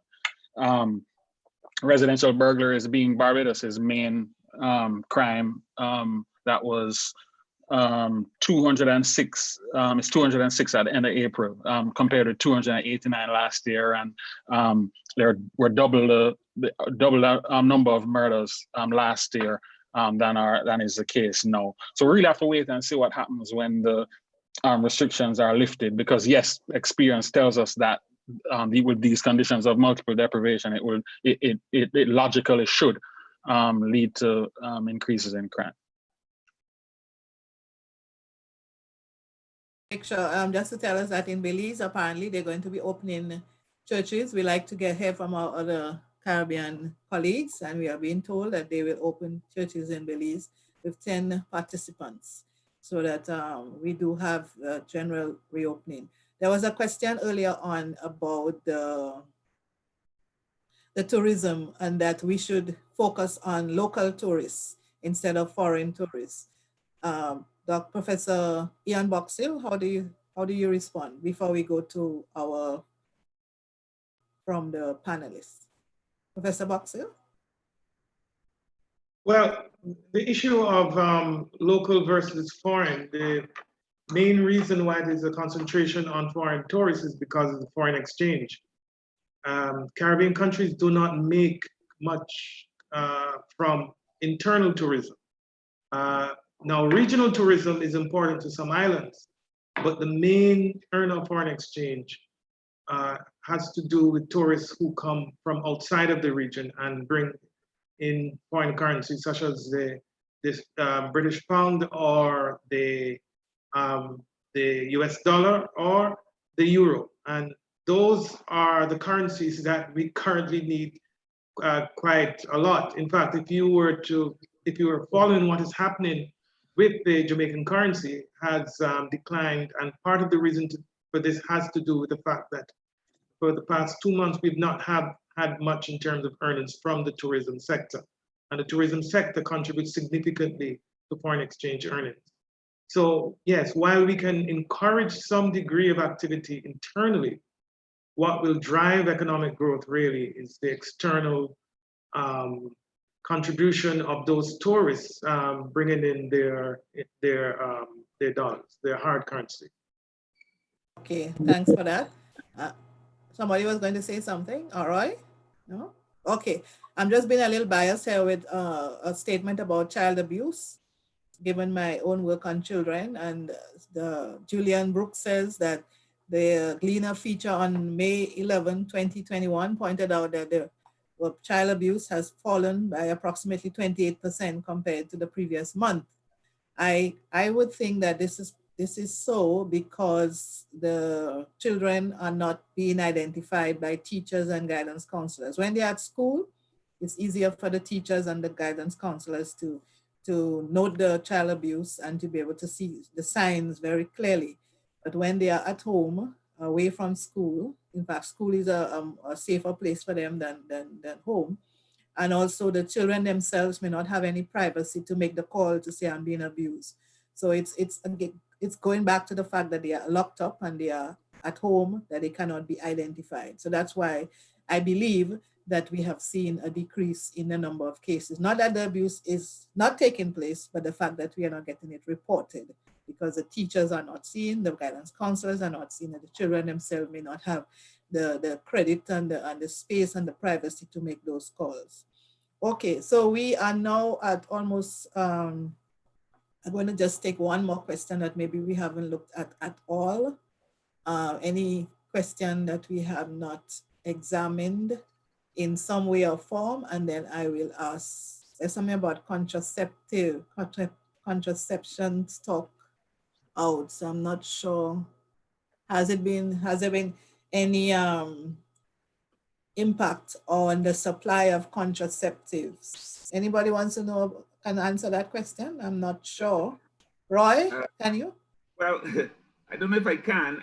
I did hear of someone out of the United States pointing to a decline in the purchase of contraceptives. I think it was condoms, but I don't have the context. What I do know is that COVID-19 has provided an opportunity that may see an increase in the birth rate 9 months from now. And what COVID-19 is creating is another generation. You have the millennial generation, those born around 2000. Now you have a COVID-19 generation, those who are born during this period of time. So COVID-19 has had implications for the birth rate, and it's left to be seen if the figures bear that out in the months ahead. I think the time parents are being forced to spend with their children might work against that there, that might quell any kind of desire to have more children. Well, we wait and see till we get the figures. Okay, so we have to wait on the figures, but we will be monitoring it as sociologists. Remember, we are, again, the forum is being put on by Caribbean Sociological Association. We have a Facebook page, and please, all of you who are interested in joining us, you may go on the Facebook page and download the registration form. We will have another forum, which we will let you know about shortly. And we want you to join us and be part of this important movement. I said I wasn't going to take any more questions, but this one is very intriguing, coming from Rhea Roberts, and Roy or Paulette can probably answer that. For Caribbean states who are in the election years, such as Trinidad and Tobago, how should governments treat with political elections while maintaining democracy? I guess in the context of COVID, having to deal with elections, having to deal with COVID, having to ensure that people are able to, exercise their franchise and vote. So how do you answer that, Roy? And Paulette, you want to start with you, and then Roy will come in. In Guyana, election is a traumatic period. We are grappling with it, and it's not easy. Our political leadership sometimes are not always as responsible as they should be. And so for us, I see it as combating two viruses at the same time. I would wish, though, that we would have the political maturity so that we can look to the people first and the people's needs, and take every precaution that is necessary as a collective to address those. But it's not easy. It has not been easy for us as Guyanese, but I see our people being very resilient and still trying their very best to survive. But this whole COVID plus elections has really impacted our mental health, our psyche, our most vulnerable peoples. And I don't wish this situation on any other country. I would hope that Trinidad going into this, that you can probably look to our experiences if you're following what's happening in Guyana, and not let it escalate to the state where there is the trust in our leadership at all levels have been, is not there. We are in a phase right now because of this prolonged election, declaration of results and all of that, where the monies to provide services, the president still has some powers to do some things, but everything is questioned, everything is challenged, the whole distrust and all of that makes it difficult to govern. So I pray that, I pray the best for you and for us. And that's my response at this time. Okay, Roy. Again, I remind us that Dr. Roy McCree is Vice President of the Caribbean Sociological Association. Go ahead, Vice President. Yeah, thank you, Chair. This is a political issue. It's a constitutional issue. I can't respond for those reasons. But what I can say is that the United States is also faced with this dilemma. But what I would suggest is that instead of the elections being held on one day, as it is normally held, that we hold elections spread across 1 week or 2 weeks. If it is that the COVID-19 crisis is still with us by November, December.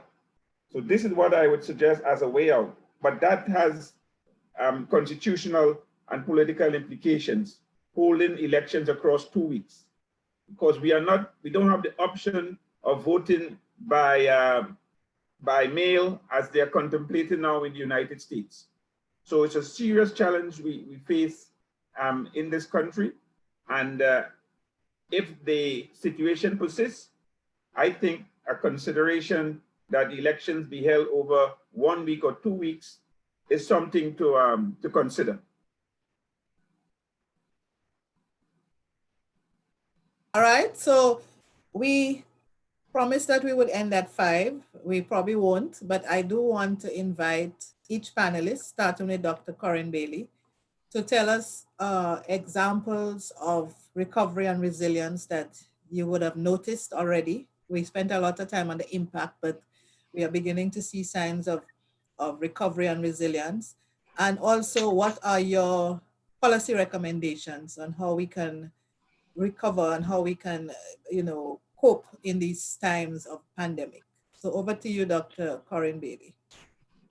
All right, just quickly to make sure that we're on the same page in terms of when I speak of resilience, about those measures that lead to that an individual or household may employ that may lead to an adaptation or an overall improvement of their living conditions. So resilience is exemplified by that individual or household's ability to absorb, accommodate, and improve their living conditions following the effects of a shock.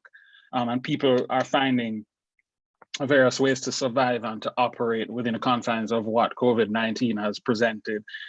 Small farmers have seen an increase in demand for their products as a result of a slowdown in imports. That's obviously created avenues for increased revenue for some. So some are actually thriving where maybe they would not have been before. Those able to deliver their product have been able to survive as people have been seeking ways to obtain food without having to come into contact with people, right? So the entrepreneurial spirit has been alive and well, certainly among Barbadians, and that's been evident. Of course, people have been able to make use of unemployment benefits and or public assistance. There have been government and private collection drives, both for food and for money, in order to assist those that are the most vulnerable. Recently, the government identified some 600 families that they deemed particularly vulnerable and have targeted them with assistance efforts. And then those with access to savings and or additional lines of credit have been using them in an attempt to meet financial obligations. Of course, as with everywhere else, schools have been operating remotely. While that has presented challenges for parents, it's certainly provided opportunities to still learn for those that are equipped with broadband and the necessary technology. While people have been cut off from family or friends, we've all been using technology such that we don't feel totally isolated from our critical networks. Things that we require for our mental health, such as exercise, other leisure activities, they've been either carried out at home or through our use of technology, where exercise is concerned, maybe you're using an online gym or trainer. Going forward, and I agree, we don't even know what life, quote unquote, after COVID looks like. But when I think about ways that we could possibly mitigate the damage from a policy standpoint, three issues come to mind. The first being that in the short term, we need to continue to target the most vulnerable, right? Identifying who is vulnerable is critical. We can't go vulnerability in a vacuum. We have to know who we are talking about, and that has to be evidence-based. And I think that Barbados is doing a good job of doing that at the moment, as far as assistance is concerned. But what we need to ensure is that as best as possible, these support mechanisms approximate what has been lost. So if you use school as an example, we have to ensure, with the technology discussions that we were having earlier, that the replacement of the in-person experience as best as possible approximates what it is that they had lost, and that goes the same for other kinds of social services. Next, we can't rely to such an enormous degree on tourism as our principal earner of foreign exchange, to whatever degree that is possible. Our vulnerability is not just to local shocks, but as I said, and as we know, it's to external shocks as well, and it leaves us perpetually exposed. And the only way out of this is to find ways to diversify our industries. And then finally, the issue of food security has been brought up by so many people. Barbados is so heavily dependent on the importation of food. We need to seriously push for a return to agriculture as a serious form of industry, so that at the very least, because of course, agriculture for a country the size of Barbados and as densely populated as Barbados, which means that the land available is not as much as many other islands. Exporting that food is probably unrealistic, certainly at this time. But at the very least, we would like to be able to effectively feed our local population in times of crisis. And this is something, again, that the Barbados government has recognized, and I believe they've identified a large portion of acreage that will be devoted to agriculture to meet this need. All right. Okay, thank you very much. I'm going to ask Dr. Cornwall, Grace Ann Cornwall, to tell us the examples of recovery and resilience and her recommendations for the way forward. Thank you.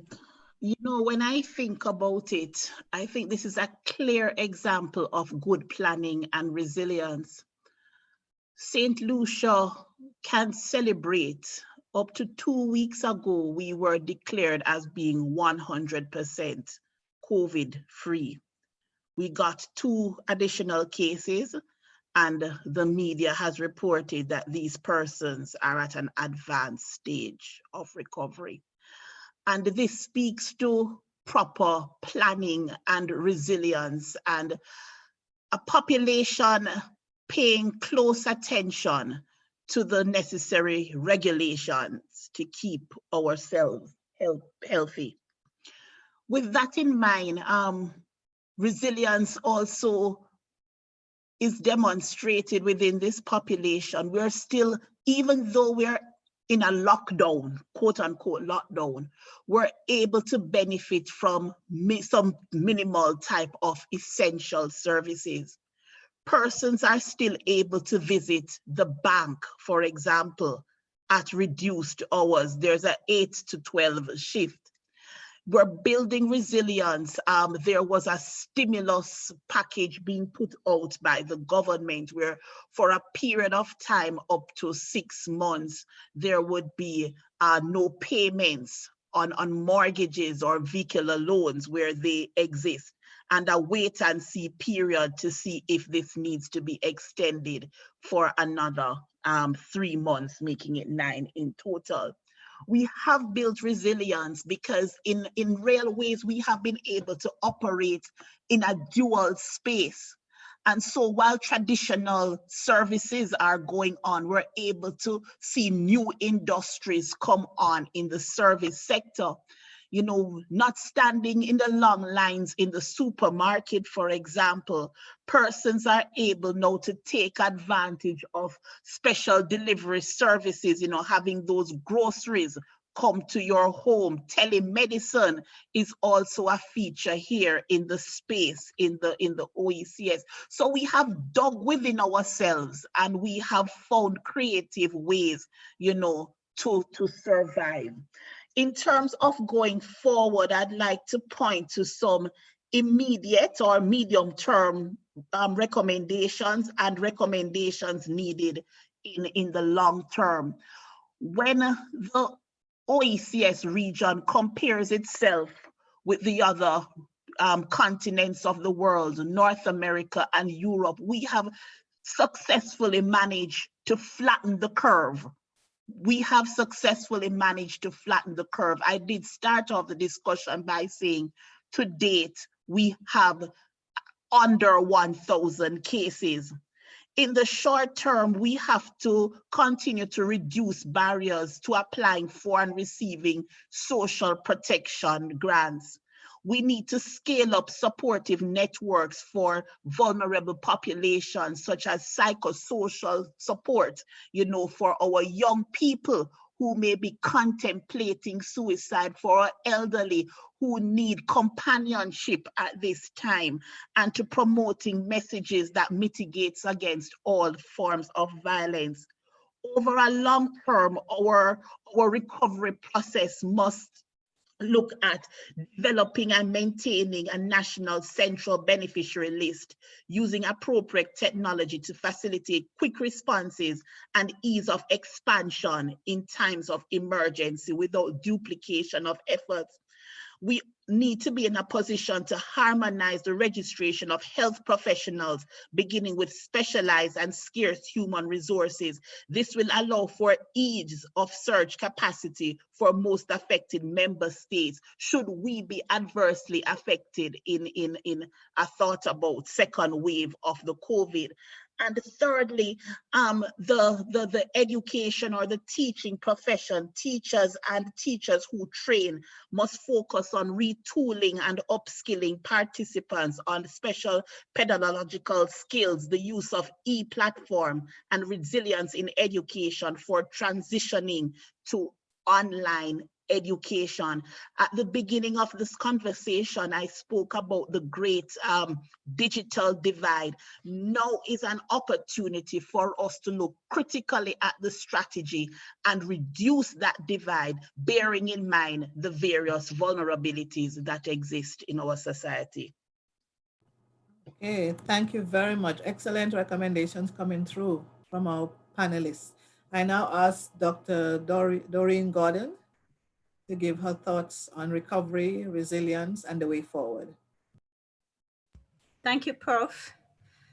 Well, I heard several people mention the government of Jamaica's We Care program and the compassionate grants. So I'm not going to go into that, but I know that the government has also indicated that they will ramp up funding for support to the Poor Relief Fund, the Constituency Development Fund, and PATH, and also that students who have loans with the Student Loan Bureau can get a 3-month deferral on payments for their loan. So there are definitely some social protection efforts that have been made, but just to corroborate what Dr. Corin Bailey was saying, that you want to continue to target who are the vulnerable people and whether the vulnerable population is changing as the pandemic evolves. And you also, I mean, these social protection measures are very crucial if we want to avoid social cleavages in society. We already have social cleavages, but they are becoming more glaring. And you will have cases, you know, of increased resentment, maybe possibly social unrest, and the society unraveling if you don't address some of these social protection issues. But we have seen cases where it's not just the government pulling together, but communities, parents, children are pulling together. I know of the case of the principal of Little Bay Primary School in Westmoreland, that he has been, you know, traveling out to his students on his motorbike, delivering educational packages for children that don't have access to the internet. There's another story about Detective Inspector Pilmar Powell, assigned to the Kingston Western Police Division. And she saw the challenges being faced by the children who were out of school, on the street, not doing their homework because they didn't have any connection to the internet. And she approached the Ministry of Education, parents, teachers, community members, to ensure that the children living in her division, which included Denontown, Hannahtown, Trenchtown, Tivoli Gardens, Jonestown, Arnett Gardens, that they were kept busy with their educational packets and they had to do their homework and try to keep up. And the parents were very appreciative of this policewoman's efforts. You also have, well, parents and children have been spending more time together and hopefully getting to know their children better, helping to promote emotional resilience in their children. And as we move forward, we want to think of ways in which we can better support families. So recognizing and giving value to the care work of women, but also grandparents, domestic workers, and other caregivers, which may include men, and paying attention to the special needs of women and at-risk children, and perhaps encouraging employers to have more flexible arrangements for working parents, implementing paternal leave. There's been a big debate about paternal leave. Having psychosocial resources available to strengthen family relationships. For example, mental health organizations could help families reduce the emotional and the psychological fallout from the pandemic, by, circulating strategies that families and children could use to reduce stress in the family and uncertainty in the house. And also, again, special resources for the victims of domestic abuse. I also wanted to mention, as nobody has really mentioned, the work of creatives and artists, because they're getting a hit. That sector is getting a hit, and they have been severely hampered by the public health crisis. I'm talking about theater workers, actors, dancers, singers.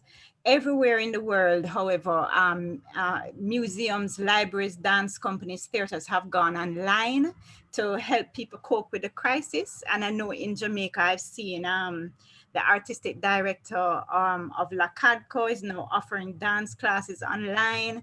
And we see Kingston Creative also launching several initiatives for struggling artists, and also the ways in which celebrities and popular figures have been incorporated into media campaigns, educating people about the virus. I think that's a positive.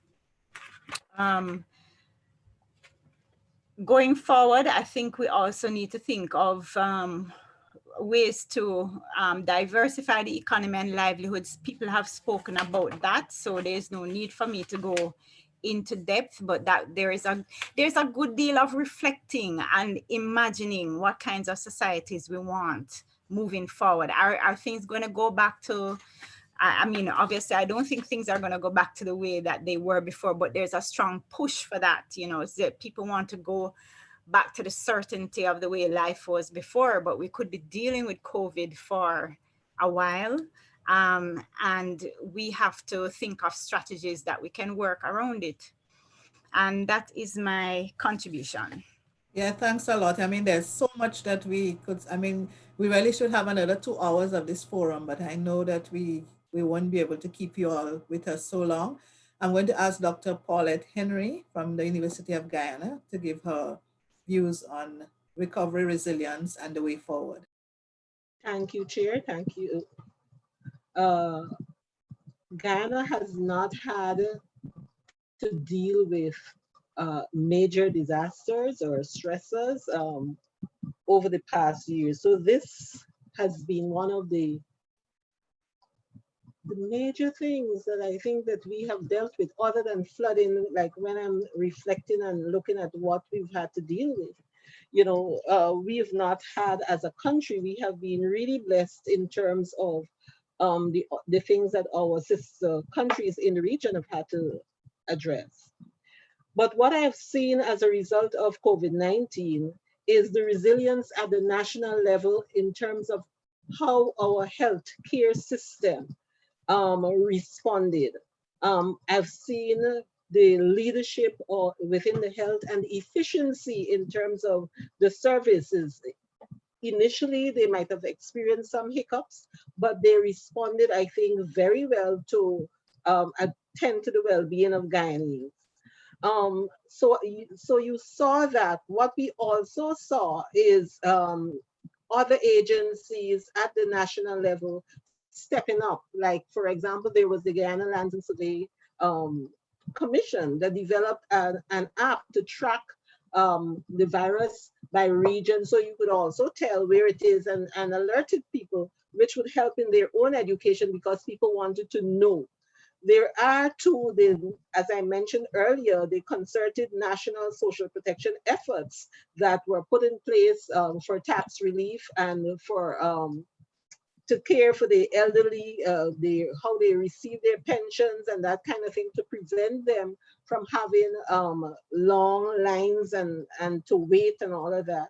Our banking system changed and responded in ways that was very supportive of the government's policy for social distancing. I think too that the education sector, as my colleagues have all stated, it's not going to be the same. We have seen the inequities, but we've also seen the opportunities opportunities to do things differently at every level, not only the university, but from primary and throughout. And just as was mentioned earlier, I've seen head teachers and so on being very innovative and creative to make sure that their students are not left behind. So we have seen the resilience at the top. We are seeing the resilience in terms of the communities as persons made and shared masks to help people protect each other, as persons went online to share messages. Social media has become a new platform for people to share a lot of positive and good learning experiences. We have seen the upsurge of traditional medicines, indigenous medicines within the region. I think every Caribbean person know what to boil for different kinds of colds and coughs and everything else. I don't know. I think I would wish that we could find an opportunity within our universities and communities to see how we could market and utilize some of our indigenous practices and medicines that work.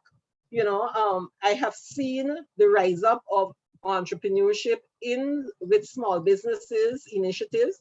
Others mentioned and shared similar experiences with the packaging of your stuff. You can call the pharmacy and they package and prepare for you. You can go pick up. Similarly, we have groceries and other businesses that have that are advertising on the social media, and you make your orders and they deliver. So home delivery, small businesses have increased, and that's a good thing. We talked a little bit about the spirituality, and I've also seen how our people, regardless of their type of religion, have been resorting to sharing their spirituality, and that seems to be able to sustain them. And that's something that is very helpful and has been proven, particularly in social work and other professions, to help our people. Now, as we look to recovering from this, the question is when. We don't know. We don't know what it would be like. Somebody mentioned on the panel, one of my colleagues indicated that we are probably moving into the new normal. But what I have seen, and I've indicated that before, is that this provides us with an opportunity to change and to move differently.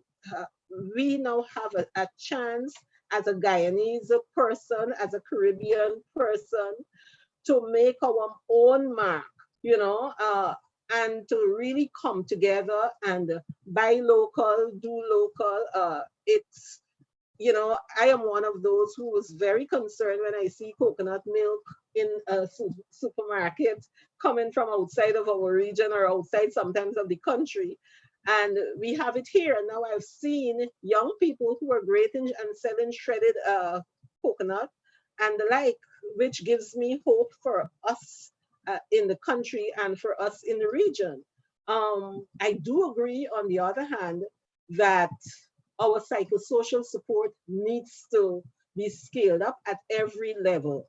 Our frontline workers in the healthcare system needs, you know, to be reassured, because they're suffering not only, there's a potential not only for mental health issues, but for moral injury as well, because grappling with the fear that you can take home COVID to your family, you know, and at the expense of your family and all of that, those are the dilemmas that they oftentimes share.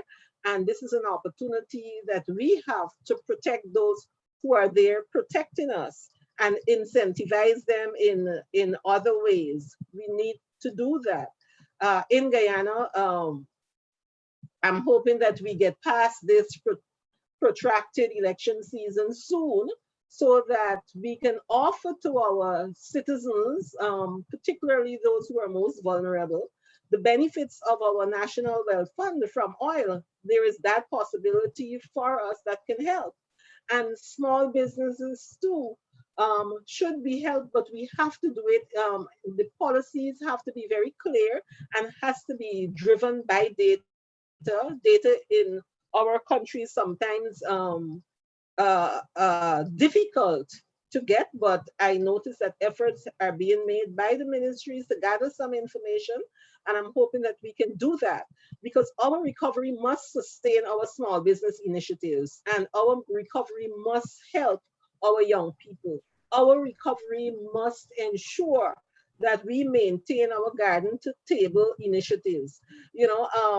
We've had concerns expressed by those in the extractive industry, where they're gold and mining and lumber and all of that, and persons are asking to continue to work. We have to look at those things. But Okay. what I am very Dr. pleased. Henry, we don't want to lose our audience. I see we have lost about 20 already.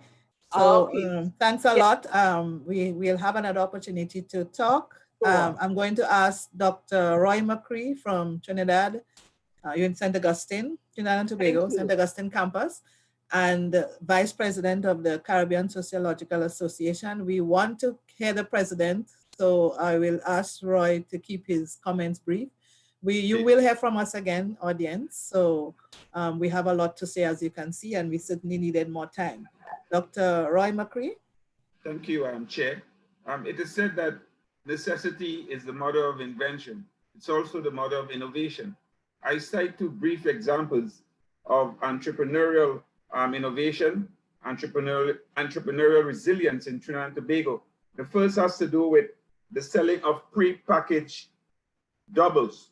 For those who do not know doubles, it's a national delicacy in Trinidad and Tobago that is sold day and night by roadside vendors.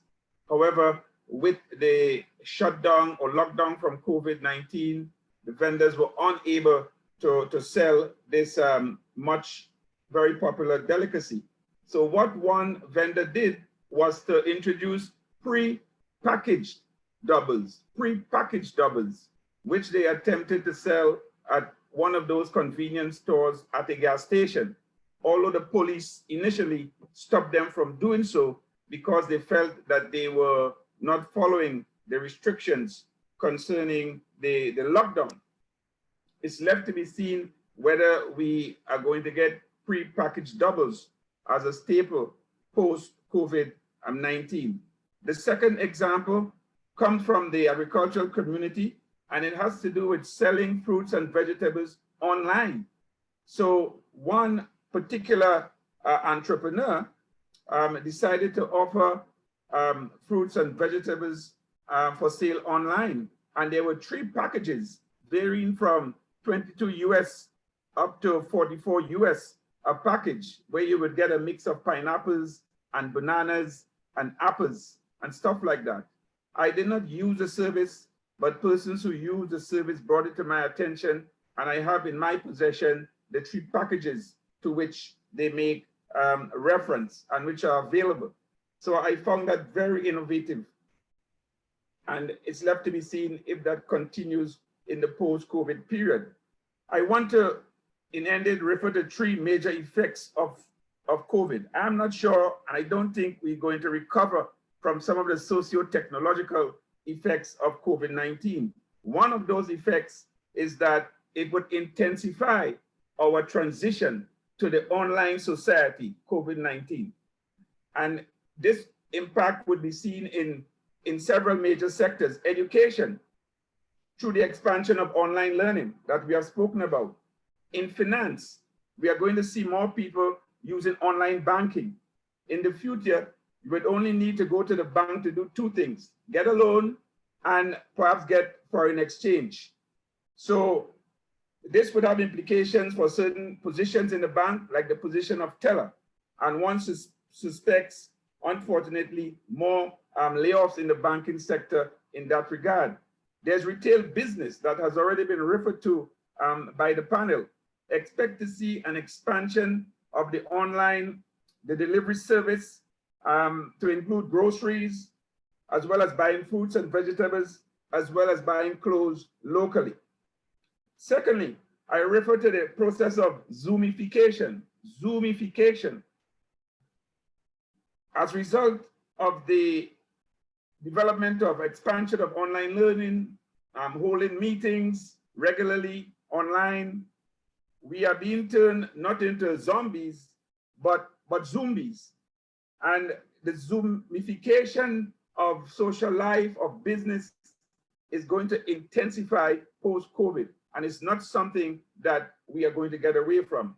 The third major effect has to do with the intensification of electronic depersonalization. Electronic depersonalization. For instance, you go to pay your credit cards online. You pay your utility bills online. You don't have to go to a bank. You log into your computer at home and you do your transaction. This was happening before COVID-19. It's going to intensify post-COVID-19. In terms of recommendations, I endorse a few of those that were made before, and one of them has to do with data collection. We have to improve our capacity to collect data, particularly in relation to unemployment, poverty, and domestic abuse. In the United States, almost weekly, they can tell you how many more persons have joined the unemployment line. It's over 30 million now. So we have to improve on that. We have to deal with the issue of policing. We cannot just experience the type of policing we're experiencing in a crisis. We need to deal with that post-COVID and try to ensure that the level of policing that we witness is sustainable and exists throughout the year, particularly in societies like Trinidad and Tobago. Related to the issue of data, we need to do hurriedly a study on the digital divide in the Caribbean, the digital divide, because of the implications it has, particularly for online learning at primary level, secondary, and also university level. Lastly, I want to make a call to establish a multidisciplinary and multi-stakeholder team to deal with the issue of crisis management. We have that already for earthquakes. We have that already for hurricanes. We need to expand that mechanism to include crises that result from health issues like COVID-19. Thank you very much. Thank you very much, Vice President, Caribbean Sociological Association. I'm now going to turn to Professor Ian Boxill. I know he says he has to leave soon, so I'm trying to catch him before he leaves. He's the president of the Caribbean Sociological Association, of course, our very own deputy principal here at Mona. Over to you, President. Thank you. Let me endorse the comments made by the previous speakers, all with respect to resilience and what should be done going forward. I think that one of the things that COVID-19 has taught us that the countries that have prepared the best and that have responded the best are those that have not taken a strictly medical approach to it. I think Doreen Gordon, Dr. Gordon mentioned this in her comments, that by taking a strictly medical approach to it, we ignore the fact that COVID is really a virus that spreads because of social interaction. So what are the implications therefore for resilience? If you look at the data, you'll find that the countries that have responded the best or among the best are those that have many of the things that we're calling for here. For example, strong safety security nets. They are the ones where there is the proper organization of people with proper housing, not too densely populated, low levels of poverty, etc. So the response going forward has to be not simply in providing the medical care, but also in ensuring that we improve our societies, how people interact with each other, the structure of the family, etc. Because COVID-19 would not be a threat to us it would not be a threat if there were no people. So the basis upon which we are dealing with it has to be fundamentally social. And we can't push the social side to the margins and focus only on the medical. An example of this is quite clear. United Kingdom and United States have some of the best medical facilities and expertise on earth, but yet the response of these two countries has not been as good as we would say, even in ours in the Caribbean. If you look, we've done pretty well given our resources. So yes, we need the medics. Yes, we need the nurses. Absolutely, we need proper hospitals. We need better improvement in our health services, all of this. But importantly, or equally important, We need to have a better quality of life. We need to have proper housing. We need to have properly educated people. And we need to have a society where persons look out for each other. We need to have a strong state that can respond to the needs of our population. And we need to have social organization that can respond to any type of disaster such as COVID-19. This is why we formed the Caribbean Sociological Association. We have a lot of sociologists across the region and the world with Caribbean background. This association has come into being in order to allow the sociologists to have a greater say, to have an input, and to re-engage the public as sociologists did throughout the 1960s and the 1970s. So my parting comment would be that I'm thankful that we have had the input of the social scientists, the sociologists and anthropologists in particular, in this debate. And going forward, I hope that the governments of our region would recognize what are the things that led them to deal with this crisis, at least the first wave. And that is not simply those strong and resourceful nurses and doctors and etc., but also those who offer support and those who anchor the society and ensure that we have a better quality of life. So we look forward to more discussions as president of the Caribbean Sociological Association. I give my commitment that we will engage this more and ensure that the discipline of sociology is used more in trying for us to, in helping us to understand some of the difficulties we have, and also to set agendas and to define and construct policies that will improve the lives of the people of this region. Thank you. Thank you. Thank you very much, Professor Ian Buxton, President of the Caribbean Sociological Association. I don't want to lose all the audience, but I do have to move a vote of thanks. First of all, I want to thank the participants. You have been tremendous. It was a conversation. I want to apologize because we were not able to take all your questions and comments, but we have been collating them and we will address them eventually. But thank you very much for joining in. We thank especially our participants from Botswana, from Ghana, from London, from Belize, from Turks and Caicos, and we could go on. You have been a great audience. We also thank the presenters. We wanted to have a Caribbean flavor and we got it. And we were able to get all our presenters to come, and we appreciate the effort. We appreciate the deep analysis that you have provided. And it has, the recommendations are solid. It shows that we are a resilient people, that this is an opportunity for us to reimagine our Caribbean societies and to reshape our Caribbean societies to ensure that we give improved quality of life to all our people. I have to thank News Talk 93 FM for covering the forum. Thank you very much. It gave us additional audience in Radio Land. I know some of you will not be able to have participated, but we are happy that you listened in. We want to thank Deborah Fletcher. I know she doesn't like to be highlighted in these public events, but without her, this would not have been possible. She was contacting our presenters and ensuring that everything was okay.